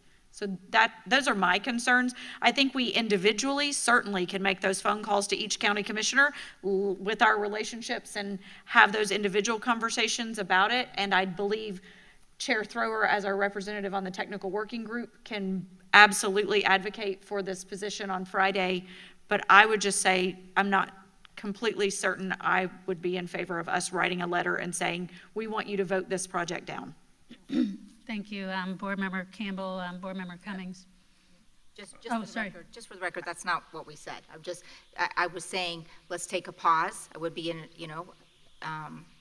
just stating that we want to make considerations, that this is an overlapping item, that it has the potential to negatively impact Marion County Public Schools. So that, I just wanted to clarify that, just to take a pause was all I stated. Thank you, and I think what we're looking to build consensus on is how to present it. Correct, and I agree. Thank you. Board Member Cummings. I'm in agreement with Dr. Campbell. I don't think I haven't seen the board go out that far with a letter. I think we all have our opinions about this item. I would love to see the study done. I would want to know how it affects kids walking down the trail throwing rocks on the railroad tracks and all those types of things. So I want to see the study, but I think I would concur more with Dr. Campbell that there is a technical working group, and let's use that route versus a letter per se. Okay. Because and I tend to agree, I think it will be powerful to express to the technical working group that we did reach consensus, that we think that this trails idea has great potential. From my perspective, I have done many rails to trails. I've biked them, I've horseback ridden them, I've walked them, I love everything about it. I have found along those trails that a lot of small towns and small businesses pop up with all kinds of ecotourism, restaurants. So while I appreciate, bringing a fairly large, from what it sounds like, factory, I think that the same goal can be accomplished in a way that better serves the community, I would say. I am very concerned about 48 or more train cars coming through. We already struggle getting our kids to school on time. I can't imagine, something like that. But on the positive side, I think that these are what successful communities, as Board Member James has mentioned, it is about the big picture. It is about the livability and the walkability and the opportunities all along the way. And I love that it extends all the way out to Lake Weir High School. There's just a lot of opportunity in this trail. So maybe the intent can end up being met to grow businesses, but do it because we have a rails to trails, not a new factory with 48 train cars and maybe more and a special use permit. But that is for the county commission to decide. As long as the board is in consensus at the technical working group. And if you are, I will express that our board is interested in the commission, if they're willing to further explore the development of the multi-use trail. Maybe take a pause to approve the special use exception until there's more analysis and the benefits to both. Just have more conversations. Is there really a rush? And if there isn't, let's do it.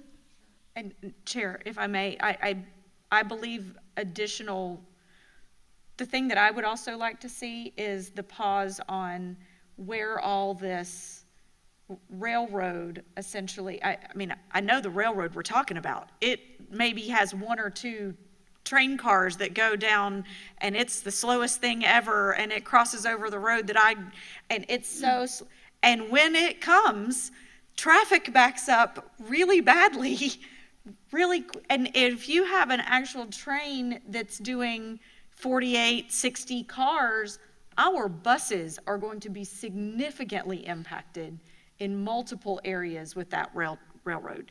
So I would be interested in seeing additional study, as Mr. Schott said, that this hasn't been studied about the railroad and how much that is going to impact not just traffic, but also our bus traffic. And it'll be significant in some areas specifically. Right, and I guess I didn't single out just buses, but, our business is kids. We know the pickle we're in with buses, so I certainly, hope that nothing comes along that continues to exacerbate that, because we're having enough problems as it is. Okay, so bring it up at the technical working group during the comment time where we share out, express our consensus that we think it's a great idea to continue to explore the viability of this trail, versus the factory, and the commission will take it from there. Sound like a plan? Sure. Okay. I just have 2 more items. Yes, ma'am. We were tasked with prioritizing our projects. I just wanted to share with the board that as I am very hyper aware of publication timelines, I have prepared a 1-pager of my priorities, and I'm going to be submitting it to Ms. Martinez to upload for Thursdays, which is obviously posting because it's an agendized item. So we have our item and our discussion about our priorities is agendized for next Thursday's meeting. And so I have prepared my 1-pager and will be emailing it to Ms. Martinez to upload so that it's properly noticed. I don't necessarily know if that's a requirement or not, but I wanted you guys to know so that if you saw it ahead of, we had a discussion, we're not going to talk about it, it's just an agendized item, and then we'll have public discussion about it, but I didn't want to catch anyone off guard when you saw that publication. And so whatever y'all choose to do with yours is on you, but I just wanted you to know. And then finally, Ms. Slaughter talked about athletics tonight, and I was a multiple sport athlete myself in high school. I think that athletics is one of the most important components in a public education, and I'm proud of the work that this board has done to prioritize our budget. We look back, even just 2 years ago before I joined the board, what we were able to peel out in the budget for athletics and what we've been able to do now. I would say that, and Dr. Campbell, you might know better than me, but because it's been a hyper focus for you, but prioritizing $1.5 million for athletic stadiums as a board is probably some of the most money we've ever spent on athletics. And so I'm proud of the focused effort this board has given to trying to prioritize it in a huge deficit for facilities. And we have a huge mountain to climb.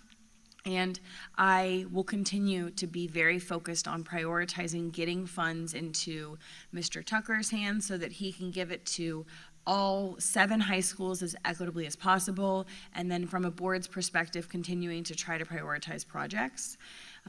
We just are, I think, are a little bit disaligned, Ms. Slaughter and myself, on the Vanguard project, but I would love, again, and I think Chair Thrower spoke to conversation that may occur on Fridays.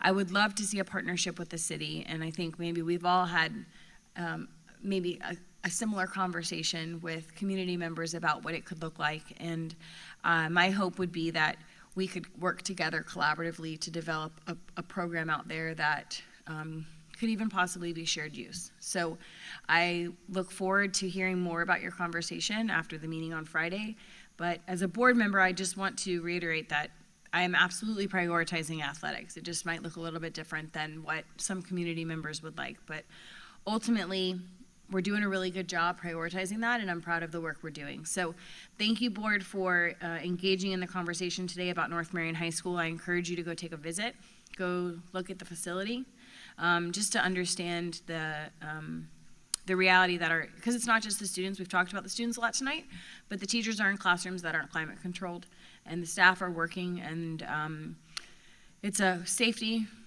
problem, right? The SRO has addressed it, and so Mr. McFadden and I have had a conversation about it, and so I would implore you to go out and take a look yourselves if you haven't already, but thank you for engaging in the conversation this evening. That's all I got. All right, thank you very much. Attorney Powers, just to clarify, if we have something in writing, a list to submit, does it need to be uploaded ASAP, or is that something we can provide to Ms. Martinez at the meeting and it can be uploaded after?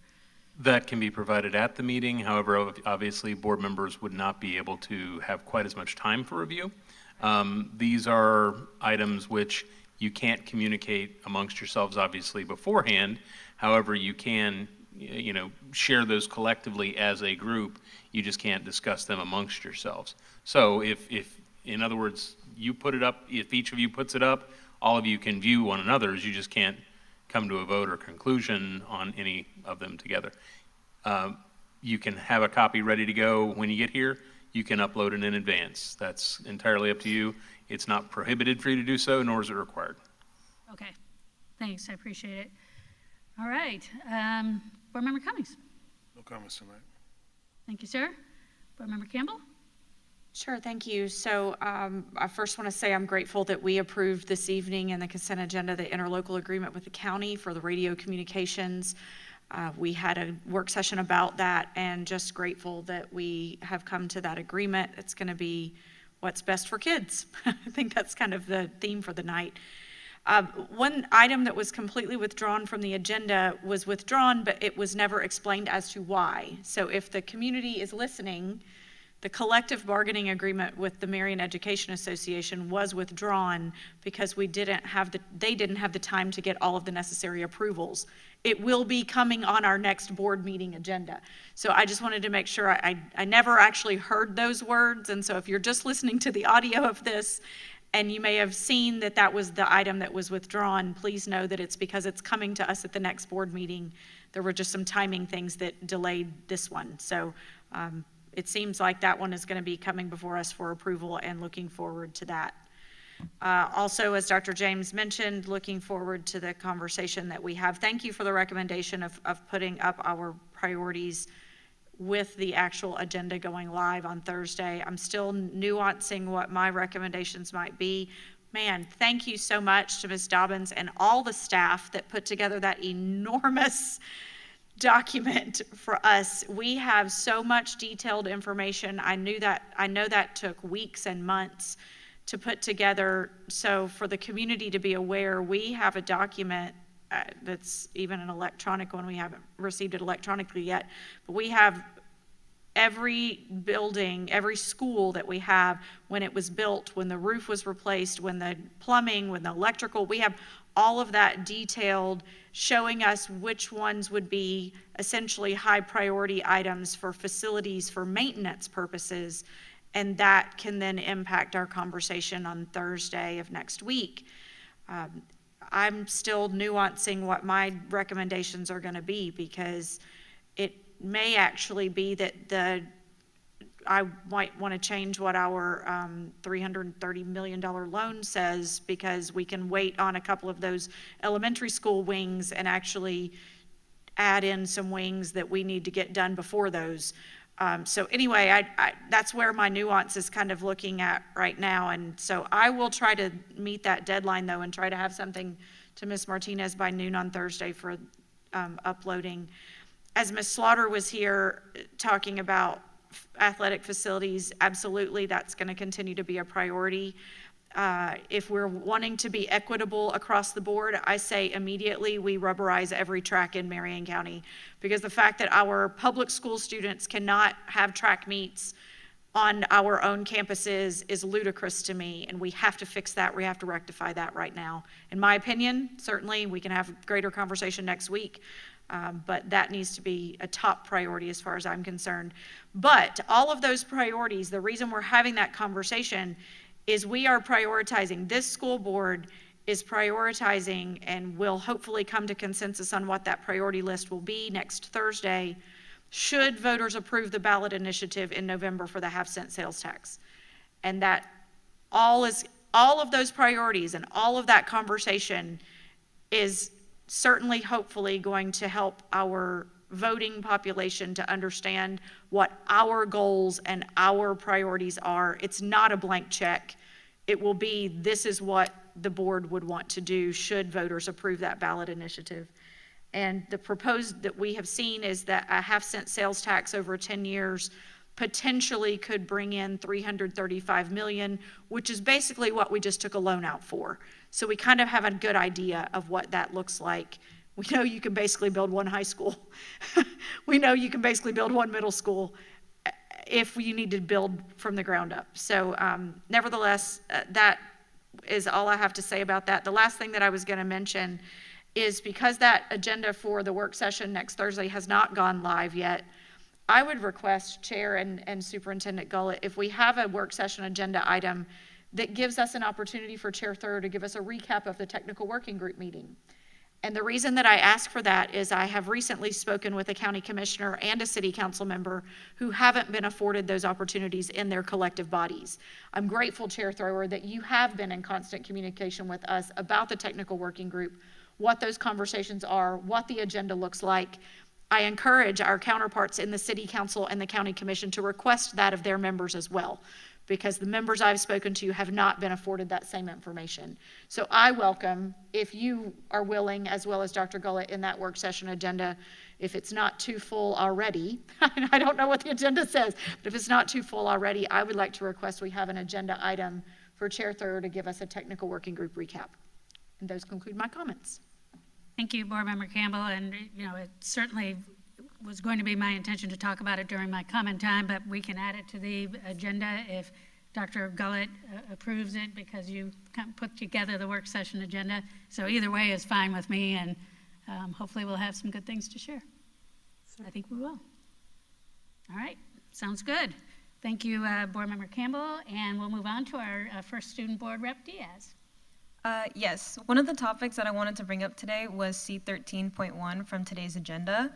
For those of you who don't know, September is National Suicide Awareness Month. And as someone who advocates the importance of mental health awareness in my own school, the importance of equipping faculty and staff with the ability to recognize signs of mental health challenges in students cannot be overstated. Adolescence is a critical point for emotional and mental development, and many students face stressors such as stress, and that can lead to anxiety, depression, and behavioral issues. And sometimes, unfortunately, these struggles can go unnoticed, and this escalates to more severe outcomes such as academic decline, social isolation, and even self-harm at some points. So, better undergoing the YMHFA training, faculty members will be better prepared to identify early signs of mental health concerns, understanding how to appropriately engage with students and connect with them with the support that they need. And I think that was an important thing that I should have mentioned today. Thank you. Thank you. Really appreciate it. That was on our consent agenda tonight. Yep. Great job. All right. And Student Board Representative Bawani. Thank you. So first, obviously, I appreciate and honor the opportunity to be here at today's meeting and to represent Bellevue High School. Supporting effective instruction was discussed today in D25.3, and I would just like to say that I, as well as many others, really value our education immensely, and we would be more than happy to have even more helpful instructors throughout schools than we already have. Emphasizing the last part, we do already have amazing instructors, and I always continue to benefit from all of mine. I believe supporting effective instruction will drastically aid those students who are striving to achieve their aspirations using the effective education they receive from school. Also, as someone who also advocates for mental health, especially by constantly helping as many people around me as I can, not just my friends and loved ones, but even others that I'm not close with, I want to really emphasize what Ms. Diaz said, that September is Suicide Awareness Month. So to everyone listening, please always spread kindness and positivity and always check on those around you. And to those who are struggling through hardships, externally or internally, please do not hesitate to seek help when needed, because there is always someone available who's more than willing to help out. Communicating has also been proven to help people feel better. So if you ever need to vent out your feelings instead of bottling your emotions, do not hesitate to go to a trusted person. Once again, many people are willing to help, especially adults in your schools, such as teachers and staff members. I know that when I went with my issues and stuff to, honestly, like any teachers and staff members, they were all more than willing to help me out and hear me out when I needed to vent and talk about my feelings, so it was very helpful. So yeah, prioritizing one's mental health is very crucial, and I feel that everyone should partake in this as much as they can, especially considering that many don't or aren't able to put enough time into taking care of themselves, for themselves and their quality of life. Thank you, ma'am. Thank you, Student Rep. Bawani. Really appreciate your comments, both of you. All right, Vice Chair Conrad. Yes, thank you, Chair. Good evening, everyone. I just want to highlight a few things. Last Saturday, I had the privilege to participate in Apple Paper Scissors with the Education Foundation put on similar to an ed camp. And I just can't express enough how fantastic it was. And so we had a great turnout. We had 50 to 60 teachers show up, and I'm looking forward to our next session. I see it growing by leaps and bounds. It was wonderful to have a space where teachers were free to express any concerns, any ideas that they wanted to discuss with their peers, and that just, I haven't been aware of a space like that in Marion County for quite some years. So I'm just really grateful for that work and looking forward to seeing it grow. Tomorrow, 9/11, Dr. James mentioned, the Veterans Park is having a service at 8:30 at the Veterans Memorial Park. I will be there. I just invite you to join me in remembering all those that lost their lives in 9/11. I do have a question. We always are talking a lot about transportation. When I pulled up this evening for our special board meeting, it was pouring down rain, and the buses, all 11 of them were lined up, here along the side. And as I watched the children loading, there were not very many children getting on each bus. So as we look at improving our arrival and dismissal time for transportation, I just am interested to know how many students are on each bus for MTI on an average each day. Because we had a lot of buses, a lot of bus drivers sitting, and it appeared that we didn't have very many students. And so I would just like more information on that moving forward, so we can get our kids to school and get them home on time. And that's all I have today. Thank you. All right. Thank you, Vice Chair Conrad. And yes, it's interesting that September is National Attendance Awareness Month, and it's also Suicide Awareness Month. And it was really gratifying to hear from both of you that the connections that you have made with the adults at your schools and how they have been so supportive to you. And I think that's a great message for all students to know is if you come to school, I think that you'll have the opportunity to be amazed, if you're open to it, that there are many, many, many adults that care so much about your education, your well-being, your ability to thrive and engage in your passions and do everything you need to do to move forward to success in life. So it's really important to come to school every day for academics, mental health, athletics, you name it. We have it and we're offering it. So please come to school. And speaking of coming to school, I attended the Vanguard SAC meeting last night, and while it was a little strange, I have to say, not to have Mr. Carlisle as the principal anymore after 6 years, please know, sir, that Principal Wade is building on your success, and it was a great meeting, and I just thought it was wonderful to hear how the laser focus continues on all students' success. There's students at Vanguard that are very motivated, with our magnet programs and IB. And then we have, typical kids from the typical neighborhood. And I just love the global focus and how that's continuing. And I also, again, it seemed to be a common thing this time around. I mean, Vanguard missed getting a B by 1 point. So many other schools missed that next highest school grade by 1 point.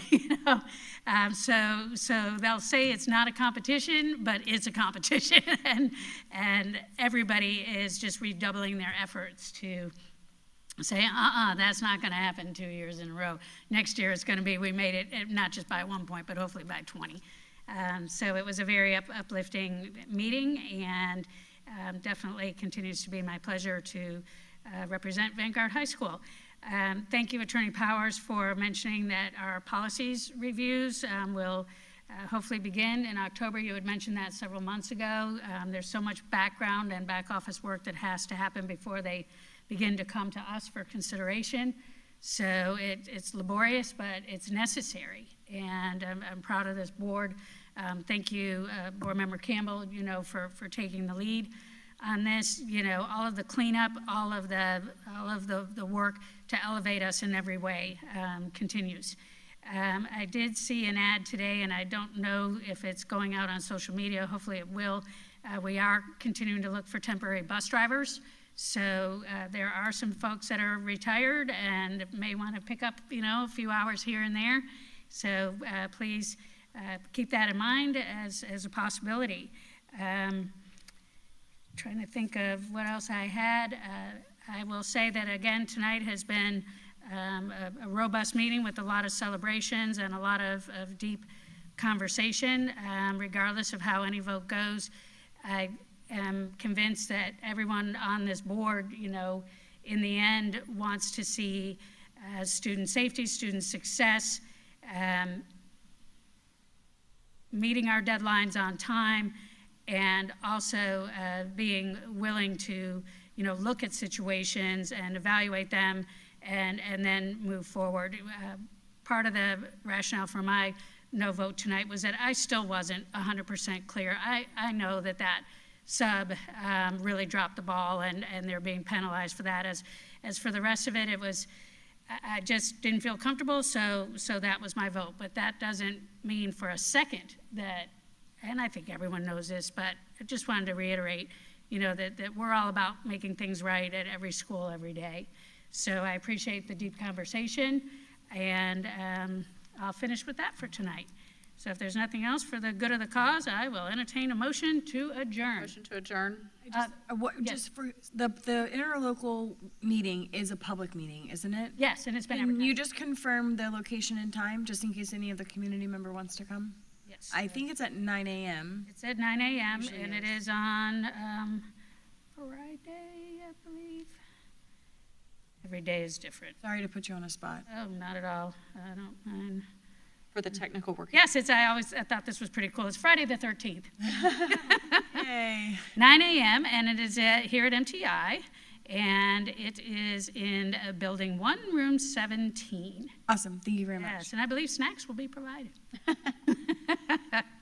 All right. So I think I heard a motion by Yes, you Board did. Member Campbell, and I need a second. Second. Okay, second by Board Member Cummings. All those in favor say aye. Aye. Aye. Motion passes unanimously 5-0. Thank you, everyone. We are adjourned at 7:42 p.m.